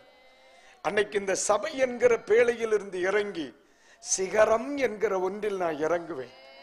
அந்த நாள் வரைக்கும் வருகிற எல்லா பாடுகள், போராட்டங்கள், பிரச்சனைகளையும் தேவ கிருபையிலே சகித்து இயேசு கிறிஸ்துவை பார்க்கிற அந்த நிமிஷம் வரையிலும் ஓடிட்டே இருப்பேன். ஆண்டவரே, அல்லேலூயா, அல்லேலூயா, அல்லேலூயா, ஆமென். அந்த நாள் இன்ப இன்ப இன்பனா, அன்பரேசு ராஜன் வானில் தோன்றும் நாள். அல்லேலூயா, அல்லேலூயா, ஆமென், அல்லேலூயா. இந்த பூமி வெந்துருகி சாம்பலாகுமே, சிந்தித்து மனம் திரும்பி அவரை அண்டிக்குள். இந்த பூமி வெந்துருகி சாம்பலாகுமே, சிந்தித்து மனம் திரும்பி அவரை அண்டிக்குள். விரைவுடன் ஓடிவா விண்ணினில் சேரவே, வேகமாய் வேகம் வேகமாய். விரைவுடன் ஓடிவா விண்ணினில் சேரவே, வேகமாய் வேகம் வேகமாய். அந்த நாள் இன்ப இன்ப இன்பதா, அன்பரேசு ராஜன் வானில் தோன்றும் நாள். அல்லேலூயா, அல்லேலூயா, அல்லேலூயா, அல்லேலூயா, அல்லேலூயா. Praise the Lord. சரி, இந்த பிரபஞ்சத்துக்குள் இருந்து விடுதலையாக்கப்பட்டு இயேசுவை பேழைக்குள் வருவதற்கு நாம் எடுத்த முயற்சி என்ன? ஆண்டவராகிய இயேசுவை விசுவாசித்தோம், பிதாகுமார பரிசுத்த ஆவியின் நாமத்தில் ஞான ஸ்நானம் பெற்றோம், பரிசுத்த ஆவியினால் நிரப்பப்பட்டு தேவ சமூகத்தில் நம்மை வாழ ஒப்பு கொடுத்து தேவ கிருபைக்கு என்ன செய்துட்டோம், வந்துட்டோம். இனி மரண பரியந்தம் இந்த தேவ கிருபையில நம்ம என்ன செய்யணும்? நின்னுக்கடா. ஆமா, ஏன்னா பிசாசுனுடைய யோசனை என்ன? உங்களை மறுபடியும் பிரபஞ்சத்திற்குள்ளே, மறுபடியும் பிரபஞ்சத்திற்குள்ளே, மறுபடியும் பாவத்திற்குள்ளே கொண்டு போகணுங்கிறது அவனுடைய யோசனை. அதனாலதான் இங்கே உங்களுக்கு நெருக்கத்தை தருவதற்கு அவன் முயற்சிப்பான், அல்லது இதைவிட அழகானதை வெளியில வச்சுட்டு இங்க வா, உனக்கு மேலானதை தருவேன். அபிரகாமோடு கூட லோத்து இருந்தது வரைக்கும் சில சில மன கஷ்டங்களும் சில கஷ்டங்கள் இருந்தாலும் குடும்பங்களுக்கு ஒரு சேதம் என்ன செய்யல, ஆனா வெளியிலிருந்து சோதம் கூப்பிடுது, வா அங்கெல்லாம் போய் தான் கிணத்துல தண்ணி கோரணும், இங்க வீடு வரைக்கும் பைப்பிற்கு ஓடி வான்ட்டு கூப்பிட்ட. சரி, அங்க எல்லாம் கிடைக்குன்னு சொல்லி அதான் தேவ சமூகத்தை விட்டு அபிரகாமை விட்டு வேண செய்துட்டான். போய் பிரபஞ்சத்திலே சிக்கின பிறகு அவருக்கு பாதுகாக்க முடிஞ்சதா? மனைவியை பாதுகாக்க முடிஞ்சதா? பிள்ளைகளை பாதுகாக்க முடிஞ்சதா? மொத்தம் காணாம போயிட்டு. அதனாலதான் ஆண்டவர் இன்னைக்கு ராத்திரியில் தேவ பிள்ளைகளுக்கு சொல்றார், பிள்ளைகளே, இந்த பிரபஞ்சம் மனிதனுக்கு தெய்வம் வைத்தது அல்ல, மனிதனை தெய்வம் வைத்தது ஏதேனில். ஆனால் மனிதன் பாவம் செய்தபடியினால் மனிதன் தேடிக்கொண்டது பிரபஞ்சத்தை. அப்ப இந்த பிரபஞ்சத்தில் இன்னைக்கு நாம் அனுபவிக்கிற எல்லா பாடுகளும் இருக்கிறது, ஆனா கர்த்தர் கிருபையாய் நம்ம கூட இருந்து நடத்துறார். அல்லேலூயா. நம்ம என்ன செய்யக்கூடாது? இந்த பிரபஞ்சத்தை மேற்கொள்ள விடக்கூடாது, இந்த பிரபஞ்சத்தின் மேல் ஆசை வைத்து விட கூடாது. சபை என்கிற பேழைக்குள் நம்ம இருக்கோம், இது நம்மளை எங்க கூட்டிட்டு போகும்? அந்த ஏதேனுக்கு நம்மை அழைத்து போகும். அல்லேலூயா. இந்த பாக்கியம் கிறிஸ்துவை ஏற்றுக்கொண்டவனுக்கு மட்டும்தான். நம்ம வேற நோவே, வேற வழியே கிடையாது. ஒரு மனுஷன் தேவனுடைய ராஜ்யத்திற்கு அடுத்து போக, இந்த பிரபஞ்சத்திலிருந்து விடுவிக்கப்பட்டு தேவராஜ்யம் செல்வதற்கு வேற ஒரு வழி இல்லை. இருந்திருந்தால் அறிவித்திருப்பார்களே, இருந்திருந்தால் அறிவித்திருப்பார்களே. அப்போ கர்த்தராகிய இயேசுவை விசுவாசி, அப்பொழுது நீயும் உன் வீட்டாரும் ரட்சிக்கப்படுவீர்கள். கைகளை உயர்த்தி ஒரு அல்லேலூயா. 2, நம்ம விடுவிக்கப்பட வேண்டிய முதல் காரியம் என்ன? பிரபஞ்சம். சொல்லுங்க. அதை குறித்து நிறைய படிக்கலாம், நமக்கு அங்கே ஆமென் முடியாது. 2வது படிங்க பார்க்கலாம். ரோமர் 7ஆம் அதிகாரத்தை எடுங்க. ரோமர் 7ஆம் அதிகாரத்தை எடுங்க. அதனுடைய 24வது வசனத்தில் அப்போஸ்தலனாகிய பவுல் ஒரு அழகான ஒரு வார்த்தையை சொல்லுகிறார். மனிதன் விடுதலையாக்கப்பட வேண்டிய ஒரு காரியத்தை அவர் சொல்லுகிறார். 7:24. நிர்பந்தமான மனுஷன் நான். ஆமா, 23 இருந்தே படிக்க முடியுமா? ஆகிலும் என் மனதின் பிரமாணத்துக்கு விரோதமாய் போராடுகிற வேறொரு பிரமாணத்தை என் அவயங்களில் இருக்க காண்கிறேன். என் அவயவங்களில் இருக்க காண்கிறேன். அது என் அவயங்களில் உண்டாயிருக்கிற பாவ பிரமாணத்திற்கு என்னை சிறையாக்கி கொள்கிறது. என் அவயவங்களில் உண்டாயிருக்கிற பாவ பிரமாணத்திற்கு என்னை சிறையாக்கி கொள்ளுகிறது. என்ன செய்யுது? சிறையாக்கி கொள்ளுகிறது. அப்ப நீங்க நல்லா கவனிக்கணும். இந்த சரீரமே விடுதலையாக்கப்பட வேண்டிய ஒன்னாக்கும். எல்லாரும் இந்த கையை எடுத்து இப்படி பார்த்துட்டு, நீதான் எனக்கு பெரிய ப்ராப்ளம் இப்படி சொல்லணும். எல்லாம் இந்த ப்ராப்ளம் தான். இது என்னது? மாம்சம். அந்த வசனத்தை ஒரு தடவை கூட நான் படிக்கிறேன், கேளுங்க. எத்தனாவது வசனம் படிச்சிய? 23.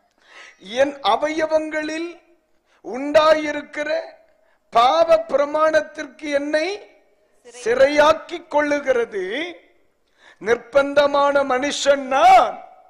இந்த மரண சரீரத்திலிருந்து யார் என்னை விடுதலையாக்குவார்கள்? அப்ப மனுஷனுக்கு விடுதலை கிடைக்க வேண்டிய மிக பிரதானமான ஒன்று பிரபஞ்சம். அதிலிருந்து தப்பி அவன் பேழைக்குள்ள டிராவல் பண்ணி தோட்டத்துக்கு வந்து சேர்ந்தரணும். இரண்டாவது நம்ம விடுதலையாக வேண்டிய ஒன்று என்ன?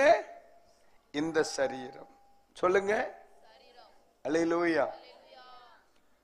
இந்த சரீரம் தான் ஆதி காலத்திலிருந்தே மனுஷனை இடற பண்ணின ஒன்று. இடற பண்ணின ஒன்று. பாட்டி ஏன் சாப்பிட்டாக? பசிக்கு சாப்பிட்டா. பசி ஆவிக்கு உண்டானதா சரீரத்துக்கு உண்டானதா? அப்பமே இவன் தான் பிரச்சனைக்கு காரணம். நான் சொல்லுது, ஏன் சாப்பிட்டுச்சு? பசிக்கு சாப்பிட்டு. பசி ஆவியினால் உண்டானதா மாம்சத்தினால் உண்டானதா? மாம்சத்தினால் உண்டானது. அதனாலதான் சொல்றேன், இது இருக்கிறது வரைக்கும் இன்னும் எனக்கு பசிக்கும். அப்ப மனிதன் விடுதலையாக்கப்பட வேண்டிய மிக பிரதானமான ஒன்று, இந்த பாவ சரீரத்திலிருந்து நான் என்ன செய்யப்பட வேண்டும்? விடுதலையாக்கப்பட வேண்டும். அல்லேலூயா.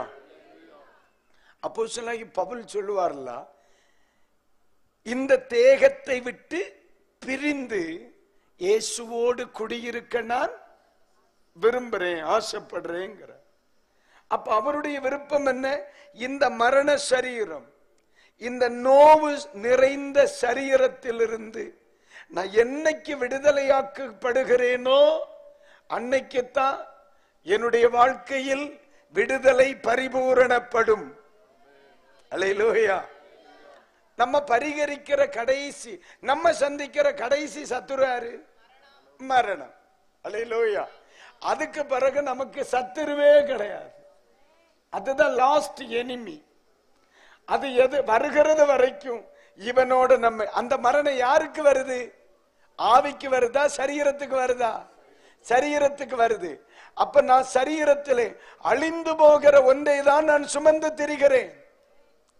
என்னுடைய ஆத்துமாவுக்கு விடுதலை வர வேண்டுமானால் இந்த சரீரத்தில் இருந்து நான் விடுவிக்கப்படணும்.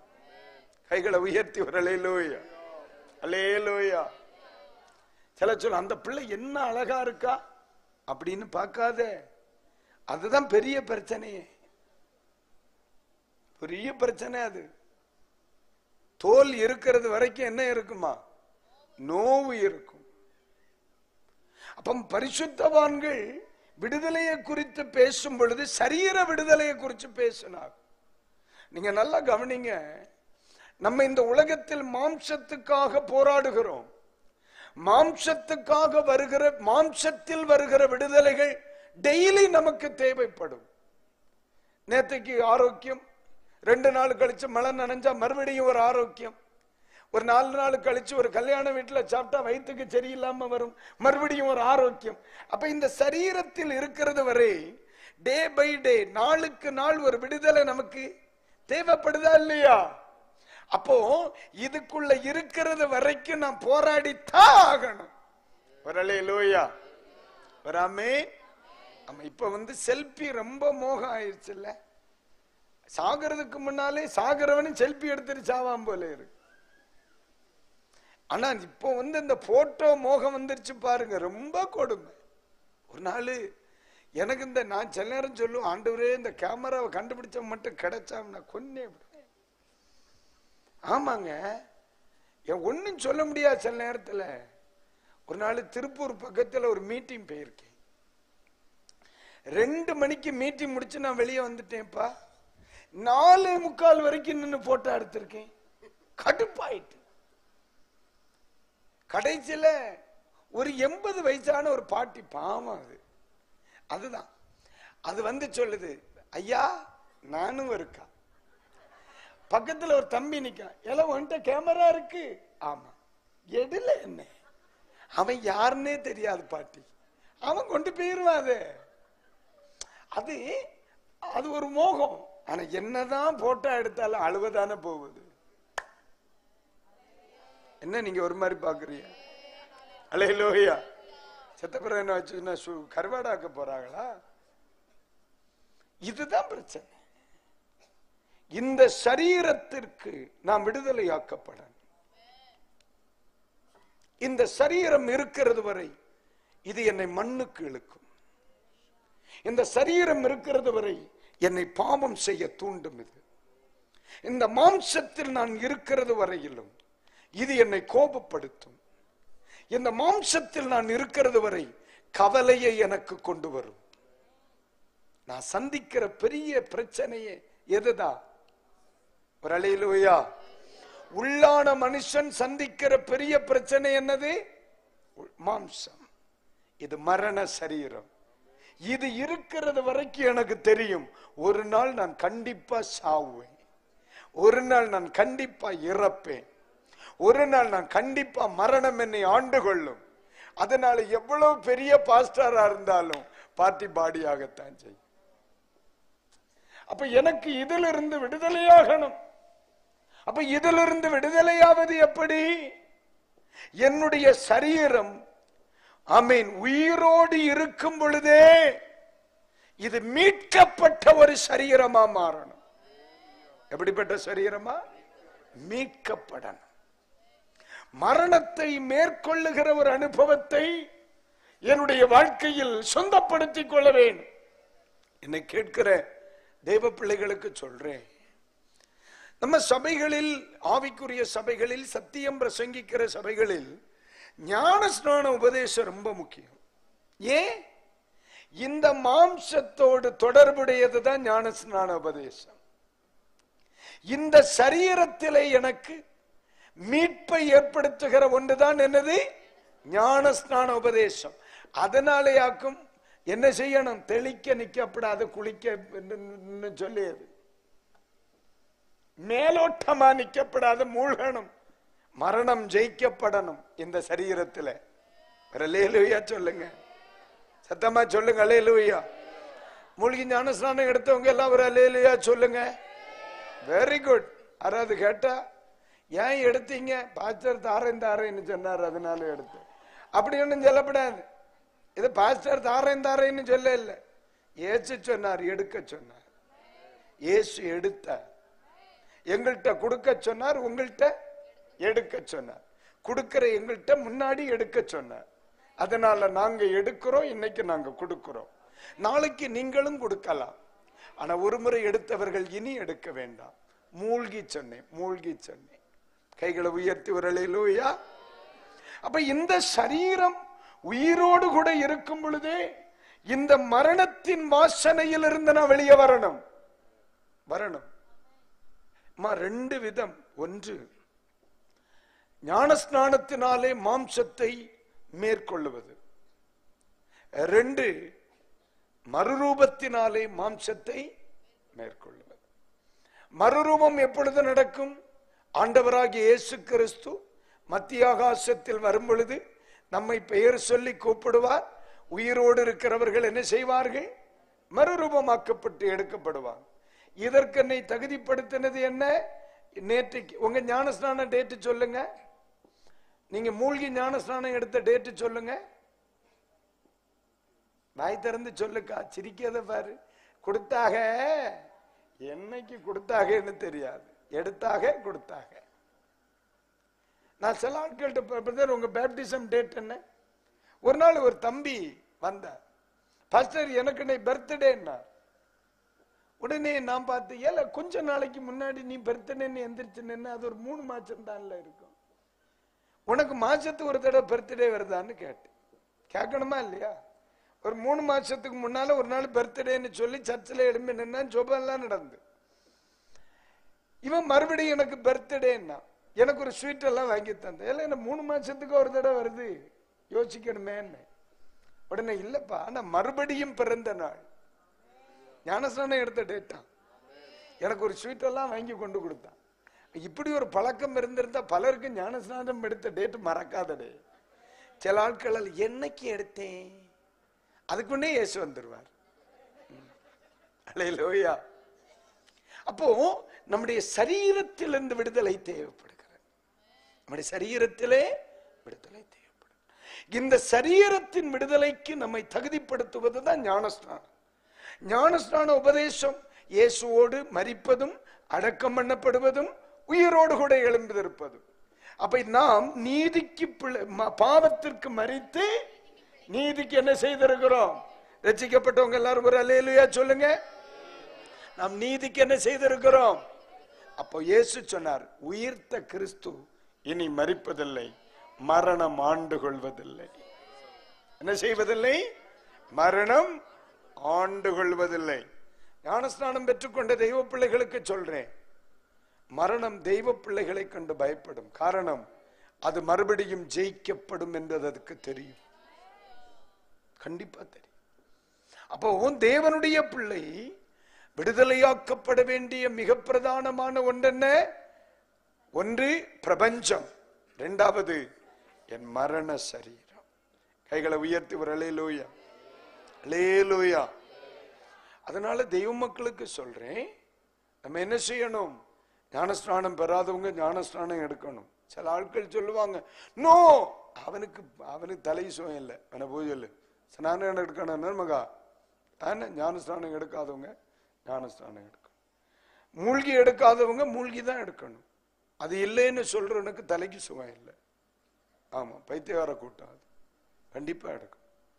அதுல எந்த மாற்று கருத்தும் இல்லை. நான் சில பேர் பிரியமானவர்களை கண்ணம் போடுங்க அப்படின்னு நான் சொல்ல மாட்டேன். நான் பேசுகிறது வேதத்தின்படி சத்தியம், பிள்ளைகளுக்கு புரியுற மாதிரி, குழந்தைக்கு சொல்ற மாதிரி சொல்லிக் கொடுப்பேன். கைகளை உயர்த்துறாமே, அல்லேலூயா.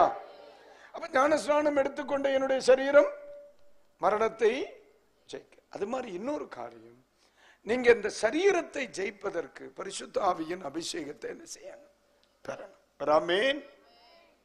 பாருங்க, இது ஒரு சரீரமா இருக்கு. இந்த சரீரம் தேவனுடைய ஆலயமா மாறுகிறது. எப்படிமா? தேவனுடைய, சத்தமா சொல்லுங்க, தேவனுடைய ஆலயமா மாறுகிறது. அவ்வளவுதான், வெரி சிம்பிள். இயேசுவை சொந்த ரட்சகராய் ஏற்றுக்கொண்டு ஞானஸ்நானம் எடுக்கணும். தேவ சமூகத்தில் காத்திருந்து பரிசுத்த ஆவியின் அபிஷேகத்தை என்ன செய்ய வேணும்? பெற்றுக்கொள்ள வேணும். நம்ம 1 கொரிந்தியர் 3ஆம் அதிகாரம் தானையா? இருங்க, உங்க பைபிள்ல இருக்கான்னு பாப்பேன், எடுங்க.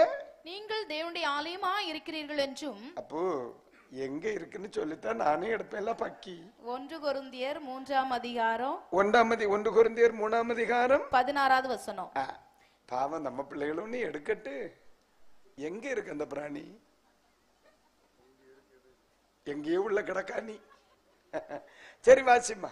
நீங்கள் தேவனுடைய ஆலயமாய் இருக்கிறீர்கள் என்றும். நீங்கள் தேவனுடைய ஆலயமாய் இருக்கிறீர்கள் என்றும், தேவனுடைய ஆவி உங்களில் வாசமாய் இருக்கிறார் என்றும் அறியாதிருக்கிறீர்களா? போதும். என்னை தேவனுடைய ஆலயமாக்கியது எது? நான் பெற்ற பரிசுத்த ஆவியின் அபிஷேகம். நான் பெற்ற பரிசுத்த ஆவியின் அபிஷேகம். அப்போ இந்த பூமியில் வாழும் பொழுது ஆலயத்திற்கு செல்கிற ஒருவனாக அல்ல, ஆலயமாக வாழத்தான் கர்த்தர் சொன்னார். அல்லேலூயா. நம்ம சபையில சர்ச்சுக்கு வரியா, சர்ச்சுக்கு வரியா, சர்ச்சுக்கு வரியா அப்படின்னு கூப்பிடுகிற ஜீவியம் அல்ல. எப்படி வாழணுமா? ஒவ்வொரு தேவனுடைய பிள்ளைகளும் பரிசுத்த ஆவியானவர் வாசம் பண்ணுகிற ஆலயமா ஜீவிக்கணும். அல்லேலூயா. நீங்க யாரு? தேவனுடைய ஆவியானவர் தங்கி இருக்கிற ஆலயங்கள். பக்கத்துல கைப்பிடி சொல்லுங்க, நீங்க தேவனுடைய ஆலயம். சொல்லுங்க, நீங்க தேவனுடைய. கைகளை உயர்த்தி ஒரு ஆமீன் சொல்லுங்க. சத்தம் அல்லேலூயா. ஆர்ப்பரிப்பா சொல்லுங்க அல்லேலூயா. சரி, ஒரு வசனம் கூட படிக்கிறீங்களா? 1 கொரிந்தியர் 6ஆம் அதிகாரம் எடுங்க. அதனுடைய 19ஆம் வசனம் ஒண்ணு படிங்க.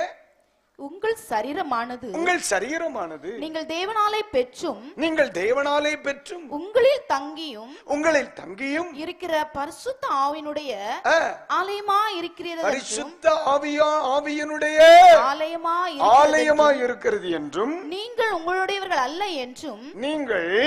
உங்களுடையவர்கள் அல்ல என்றும் அறியீர்களா? அல்லேலூயா. எவ்வளவு அழகு இல்ல?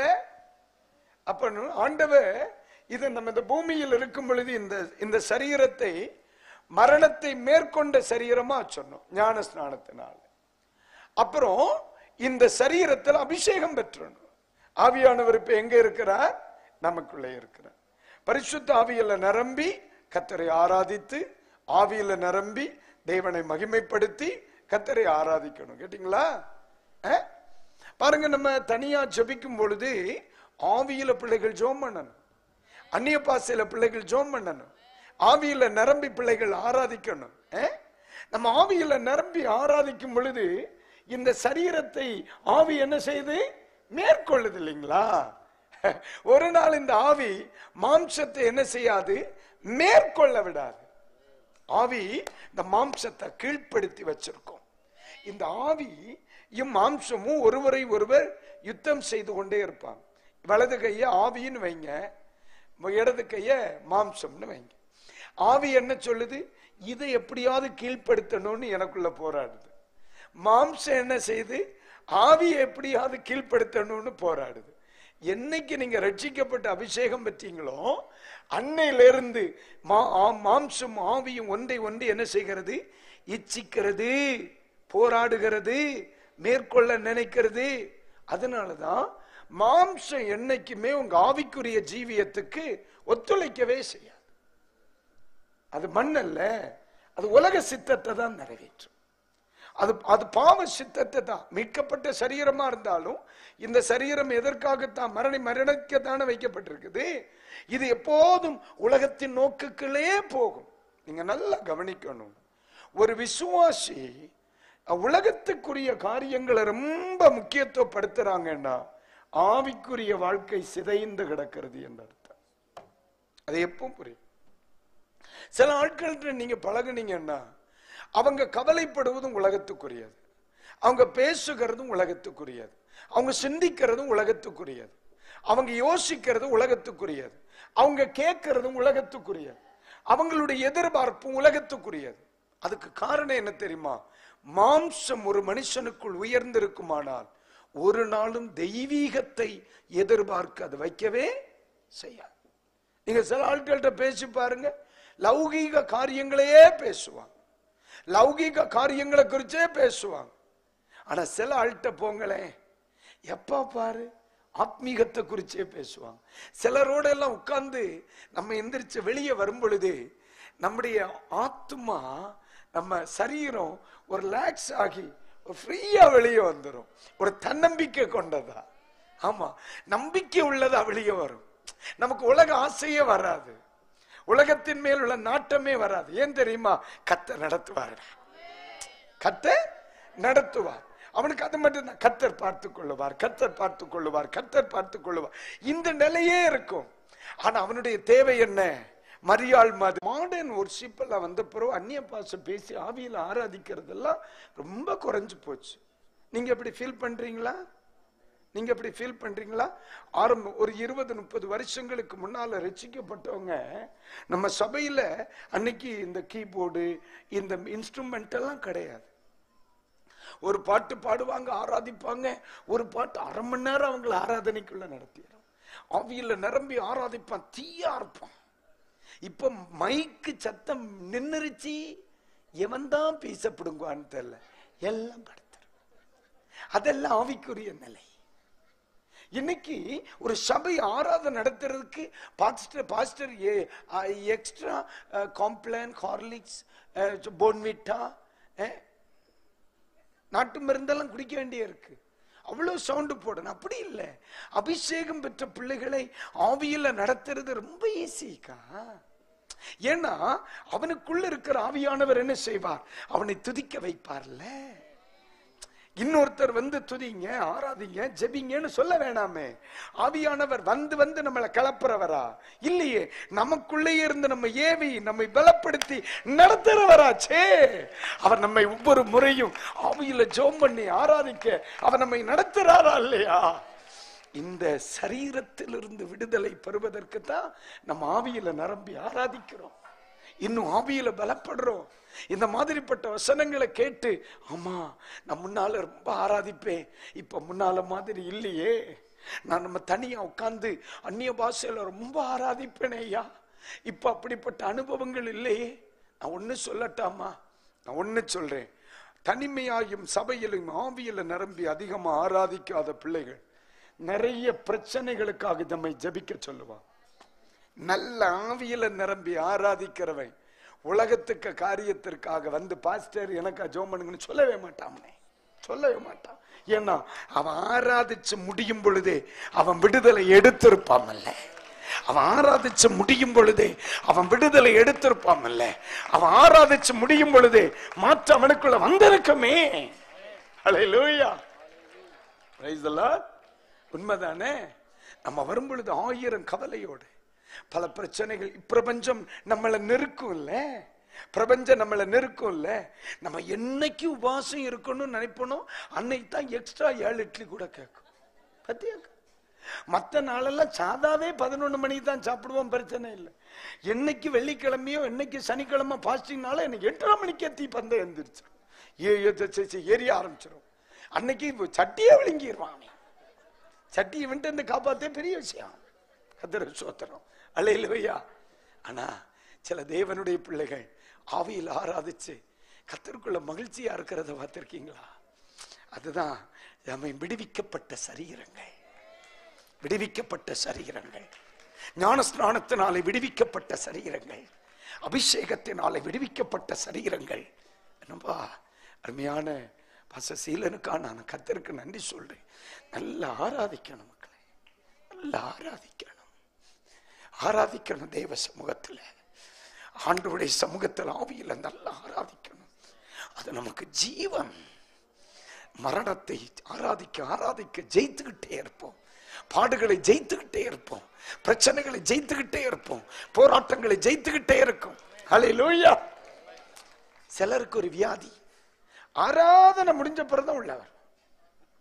10 மணிக்கு சபை ஆரம்பிக்கும், 11 மணிக்கு பாடல் ஆராதனை, அது வரைக்கும் சபை ஆராதிக்கும். 11 மணிக்கு தான் வருவான். எப்படி செக்கிலத்தை செம்மல் வர்ற மாதிரி பைபிள் எப்படி அந்த ஆளு கிணத்து எடுத்து கிணத்துல போட்டுறானே வேணே. அப்படியெல்லாம் இருக்கு. நமக்கு விடுதலையே அங்கதான் இருக்கு, நம்ம ஜெயமே அங்கதான் இருக்கு. நம்முடைய நம்முடைய நம்முடைய அவயவங்களிலே ஆக்கும் மரணத்தை சுமக்கிறவர்களாம். நம்முடைய ஒவ்வொரு அவயவங்களிலே ஆக்கும் தீமை சிக்கி இருக்கு. நம்ம அப்படித்தானே படிச்சோம். நம்முடைய அவயவங்கள்னா நம்ம ஆவியில நிரம்பி ஆராதிக்கும்போ நம்ம சரீரத்தின் ஒவ்வொரு அவயவமும் ஆராதிக்கும். அல்லேலூயா. நமக்கு சரீரத்துல பிரச்சனை எங்க இருக்கு? ஒவ்வொரு அவயவத்திலையும் இருக்கு. கண்ணு அது பாட்டுக்கு அதுக்கு வேலை செய்து, காது அது பாட்டுக்கு அதுக்கு வேலை செய்து, என்ன சேட்டை. அப்ப நம்ம ஆராதிக்கும் பொழுது சில ஆட்கள் சொன்னா என்ன மாதிரி சவுண்டு போட்டு ஆவியில நிரம்பி எல்லா அவயமும் விடுதலை ஆகணும். சில ஆட்கள் இப்ப புதுசா ஆராதனை வந்திருக்கு, எப்படிம்பா. சில ஆட்கள் இப்படிம்பா. இவனையெல்லாம் அந்த ஆளு உரல்ல கொண்டு விட்டு அரிசியை போட்டு விட்டுறானு, போகும்போது மாவாக்கி கையில தந்துடும். இப்படி இப்படி பண்ணப்படாது. நல்ல ஆவியில நிரம்பி ஆராதிக்கணும் கர்த்தருடைய பிள்ளைகள். கர்த்தர் சோத்திரம் இல்லையா? சத்தமா அல்லேலூயா. ஆமென். ஆமா, நான் சரீரம் விடுவிக்கப்படணும். அபிஷேகம் பெற்ற பிள்ளைகள், எனக்கு இதை பேசும்போது ரொம்ப சந்தோஷமா இருக்கு. அல்லேலூயா. ஆவியில் நிரம்பி நம்ம தெய்வ கிருபையில வாழ்வது எதுக்குன்னு நினைக்கிறீங்க? விடுவிக்கப்பட்டவர்களாய் ஜீவனம் பண்ணுவதற்கு. உலகத்தில் 1000 பிரச்சனைகள், போராட்டங்கள், இப்பிரபஞ்சம் நம்மளை நெருக்குதில்லை.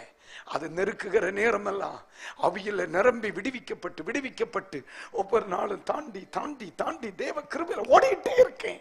எதனால? இந்த அபிஷேகத்தினாலே. ஹல்லேலூயா. இன்னைக்கு முதல் நாள் ராத்திரியில நம்மை ஆண்டவர் இன்னும் பலப்படுத்த விரும்புறார். விரும்புறீங்களா? ஹல்லேலூயா. இந்த வார்த்தைகளை தூரத்தில் கேட்கிறேன். எழும்புவோமா? நேரம் ஆயிடுச்சுல்ல. இன்னைக்கு ராத்திரி இந்த வசனத்தை கேட்கிற தெய்வ பிள்ளைகளுக்கு சொல்றேன், பிரபஞ்சத்தில் இருந்து விடுதலை ஆகணும்னா இயேசுவை சொந்த ரட்சகராக ஏற்றுக்கொண்டு அவன் எங்க வந்துடணும்? சபைக்குள்ள வந்துடணும். அந்த சபை என்ன செய்து நம்மை நித்திய ராஜ்யத்துக்கு நேராய் கொண்டு போயிட்டே இருக்கு. அல்லேலூயா. 10 வருஷத்துக்கு மேலாச்சியா ரசிக்கப்பட்டுன்னு சொல்றவங்க கை தூக்கி ஒரு அல்லேலூயா சொல்லுங்க. இவ்வளவுதானா? நீங்க ரொம்ப கஞ்சாமுட்டியலா இருக்கீங்களே. நல்ல அல்லேலூயா சொல்லுங்க பாப்போம். அழகு, தங்கமான பிள்ளைகள். நம்ம போன 10 வருஷத்துக்கு முன்னால விட இன்னும் தேவராஜ்யத்துக்கு ரொம்ப பக்கத்துல வந்துட்டோம். அந்த பேழை நம்ம அழகா சுமந்துகிட்டே இருக்கு. என்ன பேழை அழகா சுமந்துகிட்டே இருக்கு. பாடுகள், பிரச்சனைகள் வந்தாலும் நம்ம கச்சருக்குள்ள ஓடிட்டே இருக்கோம். ஒரு நாள் இது எங்க கொண்டு இறக்கி விடும்?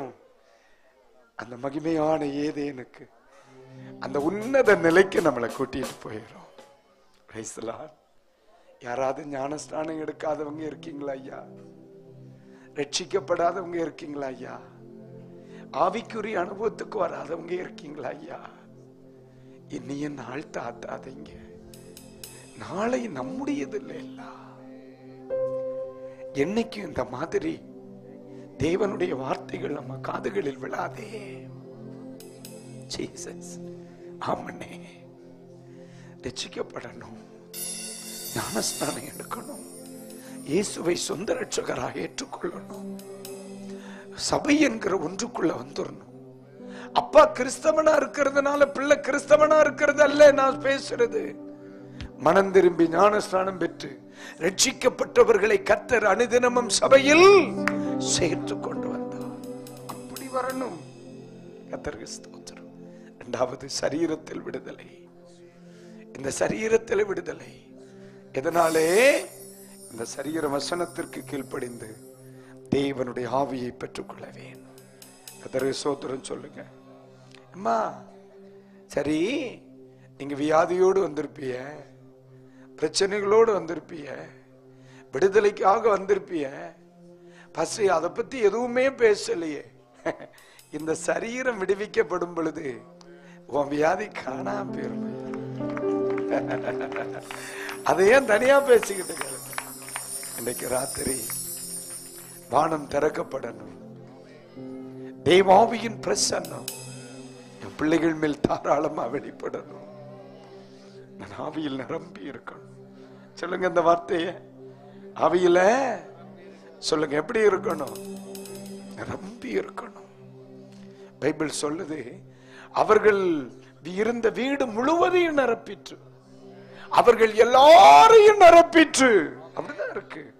இன்றைக்கு ராத்திரியில இந்த சரீரத்துல நான் விடுதலை பெற நீர் என்ன அபிஷேகம் பண்ணணும் ஆண்டவரே. சொல்லுங்க அந்த வார்த்தைய. என்ன சத்தமா சொல்லுங்க. ஒரு முறை கூட சொல்லுங்க. என்ன சரீரத்துல நான் விடுதலை பெறுவதற்கு என்னை இன்னும் அபிஷேகம் பண்ணணும் ஆண்டவரே. சொல்லுங்க, இன்னும் அபிஷேகம் பண்ணணும். கேளுங்க கேளுங்க, சத்தம் உயரட்டும். என்னை இன்னும் அபிஷேகம் பண்ணணும். என்னை இன்னும் அபிஷேகம் பண்ணணும். என்னை இன்னும் அபிஷேகம் பண்ணுங்க. ஆமா, நிச்சயமா சொல்றேன். கர்த்தருடைய ஆவியானவர் இந்த இடம் முழுவதும் அசைவாடுகிறத நான் பார்க்கிறேன். அப்படிய பாஷையில் அபிஷேகம் பெற்ற பிள்ளைகள் இருக்கிறீங்களா? நீங்க அந்நிய பாஷையில ஜெபிக்க ஆரம்பிக்கிறீங்களா ஐயா? அப்படி அந்நிய பாஷையில ஜெபம் பண்ண ஆரம்பிக்க பார்க்கலாம். இன்னைக்கு இந்த மைதானமே அசைய போகுதுன்றேன். இந்த மைதானமே அசைய போகுது. தேவனுடைய மகிமை இந்த இடம் முழுவதையும் அமேன் தோத்திரம் நிரப்புதுன்றேன்.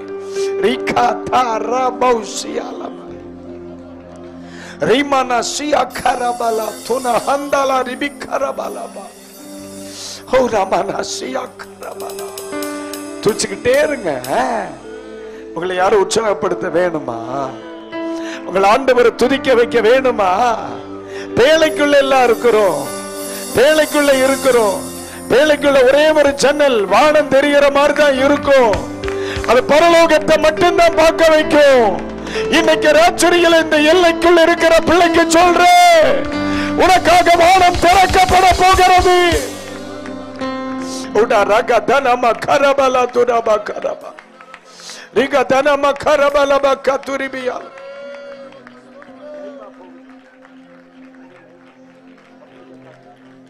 Rigadana makarabala bausia karabala tuna. Rigadana mausianda raba katuribi antaraba kaduria. Rigadana ma camera yamunadi dirpu public ataku. Rimana sia karabala tuna handaraba ribikaba. Hallelujah. Hallelujah. Satama hallelujah. Satama hallelujah. Arparipa hallelujah. Ramen சொல்லுங்க. அல்லேலூயா. அப்ப நமக்கு விடுதலை வர வேண்டிய ஒன்று பிரபஞ்சத்தில் இருந்து. பிரபஞ்சத்தில் இருந்தால் நம்ம எங்க இருக்கணும்? சபைக்குள்ள இருக்கணும். சரியா? 2, சரீரத்தில் விடுதலை உண்டாக நம்ம ஆவிக்குள்ள இருக்கணும். நம்ம எதுல இருக்கணும்? ஆவிக்குள்ள இருக்கணும். ஒண்ணு சபைக்குள்ள இருக்கணும், 2வது இந்த 2 அனுபவத்தில் நீங்க இருந்தா எதுவும் உங்களை சேதப்படுத்துவதில்லை. எதுவும் உங்களை சேதப்படுத்துவதில்லை. ஆமென். இப்ப நான் ஒண்ணு சொல்றேன், பார்த்துக்கிடுங்க. இந்த பேனா என் கைக்குள்ள இருக்கு. என் கைக்குள்ள இருக்கிறது வரைக்கும் இதுக்கு சேதமே இல்லை, இல்லைங்களா? அதே மாதிரிதான் ஒன்னு சபைக்குள்ள இரு, 2 ஆவிக்குள்ள இரு. உனக்கு பாதுகாப்பு. அதுதான் மேன்மை. சபைக்குள்ள இரு, ஆவிக்குள்ள இரு. இதுவரையும் அந்த அனுபவத்திற்குள் வராதவங்களுக்கு சொல்றேன், ஐயா நான் யாரையும் சந்தோஷப்படுத்த பேசுறதில்லை. ஆனா நீ அழிஞ்சிடக்கூடாது. ஏன்னா 120 வருஷம் பிரசங்கத்தை கேட்ட அந்த ஜனம் மழை பெய்ய ஆரம்பிச்சப்போ அன்னைக்கு பேழையதுடைய கதவை போட்டு அடிக்கிறாங்க. நோவா கதவை திறங்க, நான் வெளியே அழிய விரும்பல, நான் உள்ள வர்றேன். கதவு திறஞ்சிச்சா? இல்லை. ஏன்? ரட்சிப்பின் காலம் முடிஞ்சு போச்சு, மனம் திரும்புகிற காலம் முடிஞ்சு போச்சு. இன்னைக்கு இருக்கிற இந்த பிரசங்கம் என்னைக்கு நம்ம காதுல கேட்காது. இன்றைக்கு நமக்கு முன்னால சபை திறந்திருக்கு. இயேசு சொன்னார், வருத்தப்பட்டு பாரம் சுமக்கிறவர்களே நீங்க எல்லாரும் என்னிடத்தில் வாருங்கள்னு கூப்பிட்டார். ஆனா இந்த சத்தம் ஒரு நாள் முடிவுக்கு வரும். ஒரு நாள் இந்த சத்தம் முடிவுக்கு வரும். அன்னைக்கு உங்களை வாங்க என்று கூப்பிட யாரும் இருக்க மாட்டாங்க. வாங்க ஜோமன்லான்னு சொல்ற யாரும் இருக்க மாட்டாங்க. சபை எடுத்துக்கொள்ளப்படும். நீ தேடியும் காணாதிருப்பாய். உன்னுடைய சமாதானத்தை விரும்புகிற தெய்வ ஜனத்தை நீ தேடியும் காண மாட்ட. இந்த வேத புத்தகம் சுமந்து தேசத்திற்காக அழுகிறவன் இருக்கிறது வரைக்கும் தான் இந்த தேசத்திற்கு சமாதானம். சபை என்னைக்கு பூமியை விட்டு எடுத்துக்கொள்ளப்படுமோ அப்புறம் தேசத்துல சமாதானம் இருக்காது. தேடியும் காண மாட்டேன். அந்த நிலை வருவதற்கு முன்னே நம்முடைய ஜீவிதம் ஆண்டவருக்குள்ள வரணும். கைகளை உயர்த்தி வரலேலூயா. Praise the Lord. பிள்ளைகள் பேழைக்குள்ள நின்னுக்கிடணும். என்ன? நல்ல ஆவிக்குள்ள ஜீவிக்கணும். உங்க 2 கைகளை உயர்த்தி இந்த லைவ்ல பார்க்கிற பிள்ளைகள் நிறைய ஹோலி லேண்ட், பராக்கா சர்ச் டிவி, இதெல்லாம் நிறைய சேனல்ல நீங்க பாக்குறீங்க. நீங்க எந்த இடத்துல இருந்தாலும் சரி, நீங்க சொல்லுங்க, ஆண்டவரே என்னை பரிசுத்த ஆவியினால நிரப்பு, ஆண்டவரே என்னை ஆவிக்குள்ளாக்கும், எல்லாரும் ஒரே ஒரு நிமிஷம் ஜெபம் பண்ணுங்க பார்க்கலாம். உங்களை ஆவிக்குள் ஆக்குவதற்கு யாரும் சத்தம் போட வேண்டிய அவசியம் இல்லை. நீங்க அவருடைய சித்தத்துக்கு ஒப்பு கொடுத்துட்டா போதும். ஏதோ இந்த மைதானம் முழுவதும் ஒரு தேவ மகிமையை நான் பார்க்கிறேன். சில இருதயம் எல்லாம் உடைய ஆரம்பிக்குது. என்னை இந்த மாம்சத்தில் ஜெயிக்க வைப்பதற்கு என்னை ஆவியினால நிரப்புங்க ஆண்டவரே. கேக்குறீங்களானே? கேக்குறீங்களாக்கா? நீங்க தேவ சமூகத்துல ஜெபிக்கிறீங்களா? ரீமா, நான் தங்கச்சி கேக்குறீங்களாம்மா? ஒரு சொட்டு கண்ணீர் விடுறியா? இப்ப என்னை ஆவிக்குள்ள நான் இருந்தாதான் இந்த பிரபஞ்சத்தை நான் ஜெயிக்க முடியும். இந்த மாம்சத்தை ஜெயிக்கணும்னா நான் ஆவியில இருக்கணும். என் ஆவி எப்படி இருக்கணும்? அனலாய் இருக்கணும். என் ஆவி எப்படி இருக்கணும்? அனலாய் இருக்கணும். சோர்ந்து போன ஒரு தேவ பிள்ளையா இல்ல, இப்ப தேவ ஆவியானவர் மைதானம் முழுவதும் தேவ மகிமை. கைகளை தட்டி கச்சரை மகிமைப்படுத்தி அவரை ஆராதிக்க முடியுமா? தேங்க்யூ. ரீமா ராகா தனமா கரபலா துனமா அவ்வளவுதான். பரிசுத்த ஆவியானவருடைய வல்லமை தம்முடைய பிள்ளைகளின் மேல் பலமாய் வெளிப்படுகிறது. இன்றைக்கு பகல் வேளையில், இன்றைக்கு ராத்திரி வேளையில் இயேசுவின் நாமத்தினாலே இந்த முதலாவது நாளிலேயே ஆவியானவர் சிலரை விடுவிக்க போகிறார். ஆவியானவருடைய வல்லமை சிலரை விடுவிக்க போகிறது. ஒரு தேவனுடைய வல்லமை, ஒரு தேவனுடைய மகிமை, தேவனுடைய அபிஷேகம். உடரபா கத்துரிபியாம் தரபா கத்துனா ஓரியாம் தரபா உசியா கத்தரபரபியா உடரபா உசியாம் தரபரிபலபத்துனா ரிகத்தரபலபா உடிரிபியாலபரபா கத்து. ஆவியானவர் வெளிப்படும் பொழுது மாம்சம் பலகீனப்பட்டு விடுகிறது. மாம்சம் விடுவிக்கப்படுகிறது. மாம்சம் விடுவிக்கப்படுகிறது. அப்பொழுது வியாதி சுகமாகிறது. கட்டுகள் கைது இயேசுவின் நாமத்தில். உரபலா துனா தலாரி. ஹல்லேலூயா. விகரபலா துனா இமராம் தலாரி விகரா. இன்னைக்கு பலகீனமாக இருக்கிறவர்களை பார்த்து சொல்லு, இயேசு உங்களை சுகமாக்குகிற ஒரு ராத்திரி. இயேசு உங்களை சுகமாக்குகிற ஒரு ராத்திரி. இயேசு உங்களை சுகமாக்குகிற ஒரு ராத்திரி. ஆவியானவருடைய வல்லமை உண்மையில் வெளிப்படும் பொழுது இயேசு கிறிஸ்துவின் நாமத்தில் இன்றைக்கு ராத்திரி கச்சரனை விடுதலையாக்குகிறார்.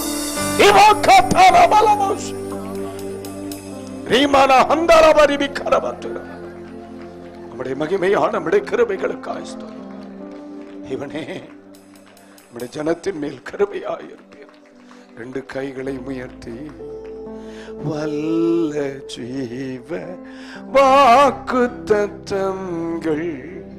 வரைந்தனக்கா இந்த நாளே ஸ்தோத்திரம். வல்ல ஜீவ வாக்குத்தத்தங்கள் வரைந்தனக்கா இந்த நாளே ஸ்தோத்திரம். நீரறியா யாதும் நேரிடா ஏன் தலை முடியும் எண்ணி நீரே. நீர் அறியா யாதும் நேரிடா ஏன் தலை முடியும் எண்ணி நீரே. நீர் அறியா யாதும் நேரிடா ஏன் தலை முடியோ. எவ்வளவு சத்தமா! நேரறியா யாதும் நேரிடா ஏன் தலை முடியோ எண்ணி நீரே. நீர் அறியா யாதும் நேரிடா ஏன் தலை முடியோ. சத்தமுயர்த்தி பாசம் பாசம் என்னே நீர் வைத்ததினா பறிக்க இயலா தேவரும் என்னை. பாசம் என்னே நீர் வைத்ததினா பறிக்க இயலா தேவரும் என்னை. மேல கை தட்டி ஆண்டவருக்கு நன்றி சொல்லுங்க. நன்றி ஆண்டவரே. ஜீசஸ். ஒரு ஆமீன் சொல்லுங்க. அல்லேலூயா. இதுவரைக்கும் ரட்சிக்கப்பட்டு அந்த பேழைக்குள்ள வராத பிள்ளைகள் வந்துருநோய்யா. என்ன இதுவரையிலும் ஆவிக்குள்ளாகாத பிள்ளைகள் என்ன செய்றீங்களோ எனக்கு தெரியும். தேவனுடைய ஆவியினால் நிரப்பப்பட்டணும். ஏன் தெரியுமா? இதெல்லாம் அற்புதமான தருணங்கள். என்ன இதெல்லாம் அற்புதமான தருணங்கள். இந்த 3 நாட்களும் உங்களுக்காகவே கர்த்தர் தந்திருக்கிறார்.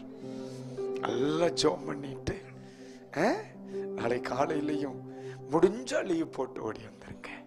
சரியா? கர்த்தர் உங்க கூட இருப்பார்.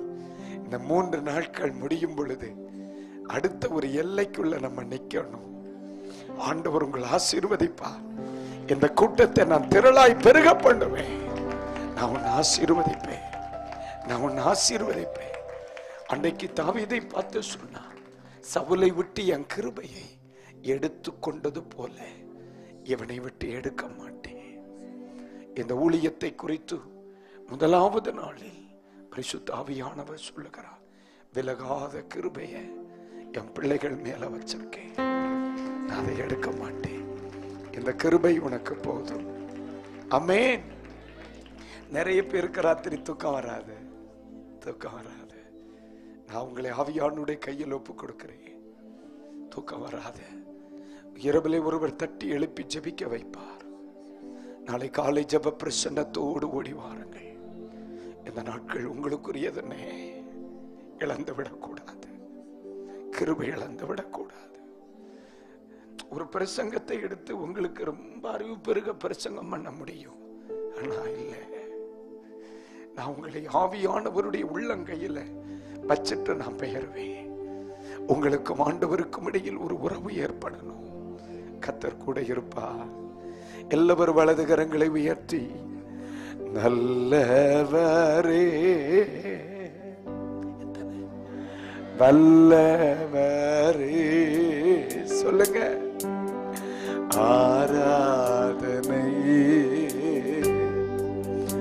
ஆராதனை. எல்லாரும் சத்தமா, நல்லவரே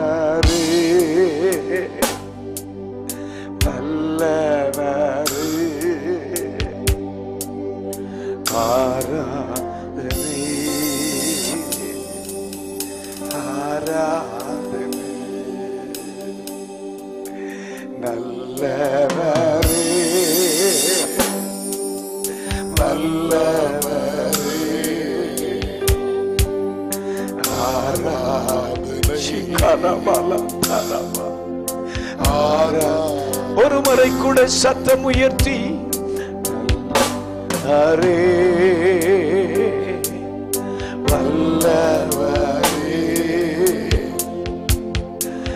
ஆராதனை ஆராதனை. கரம் தட்டி ஆண்டவருக்கு நன்றி சொல்லுங்க.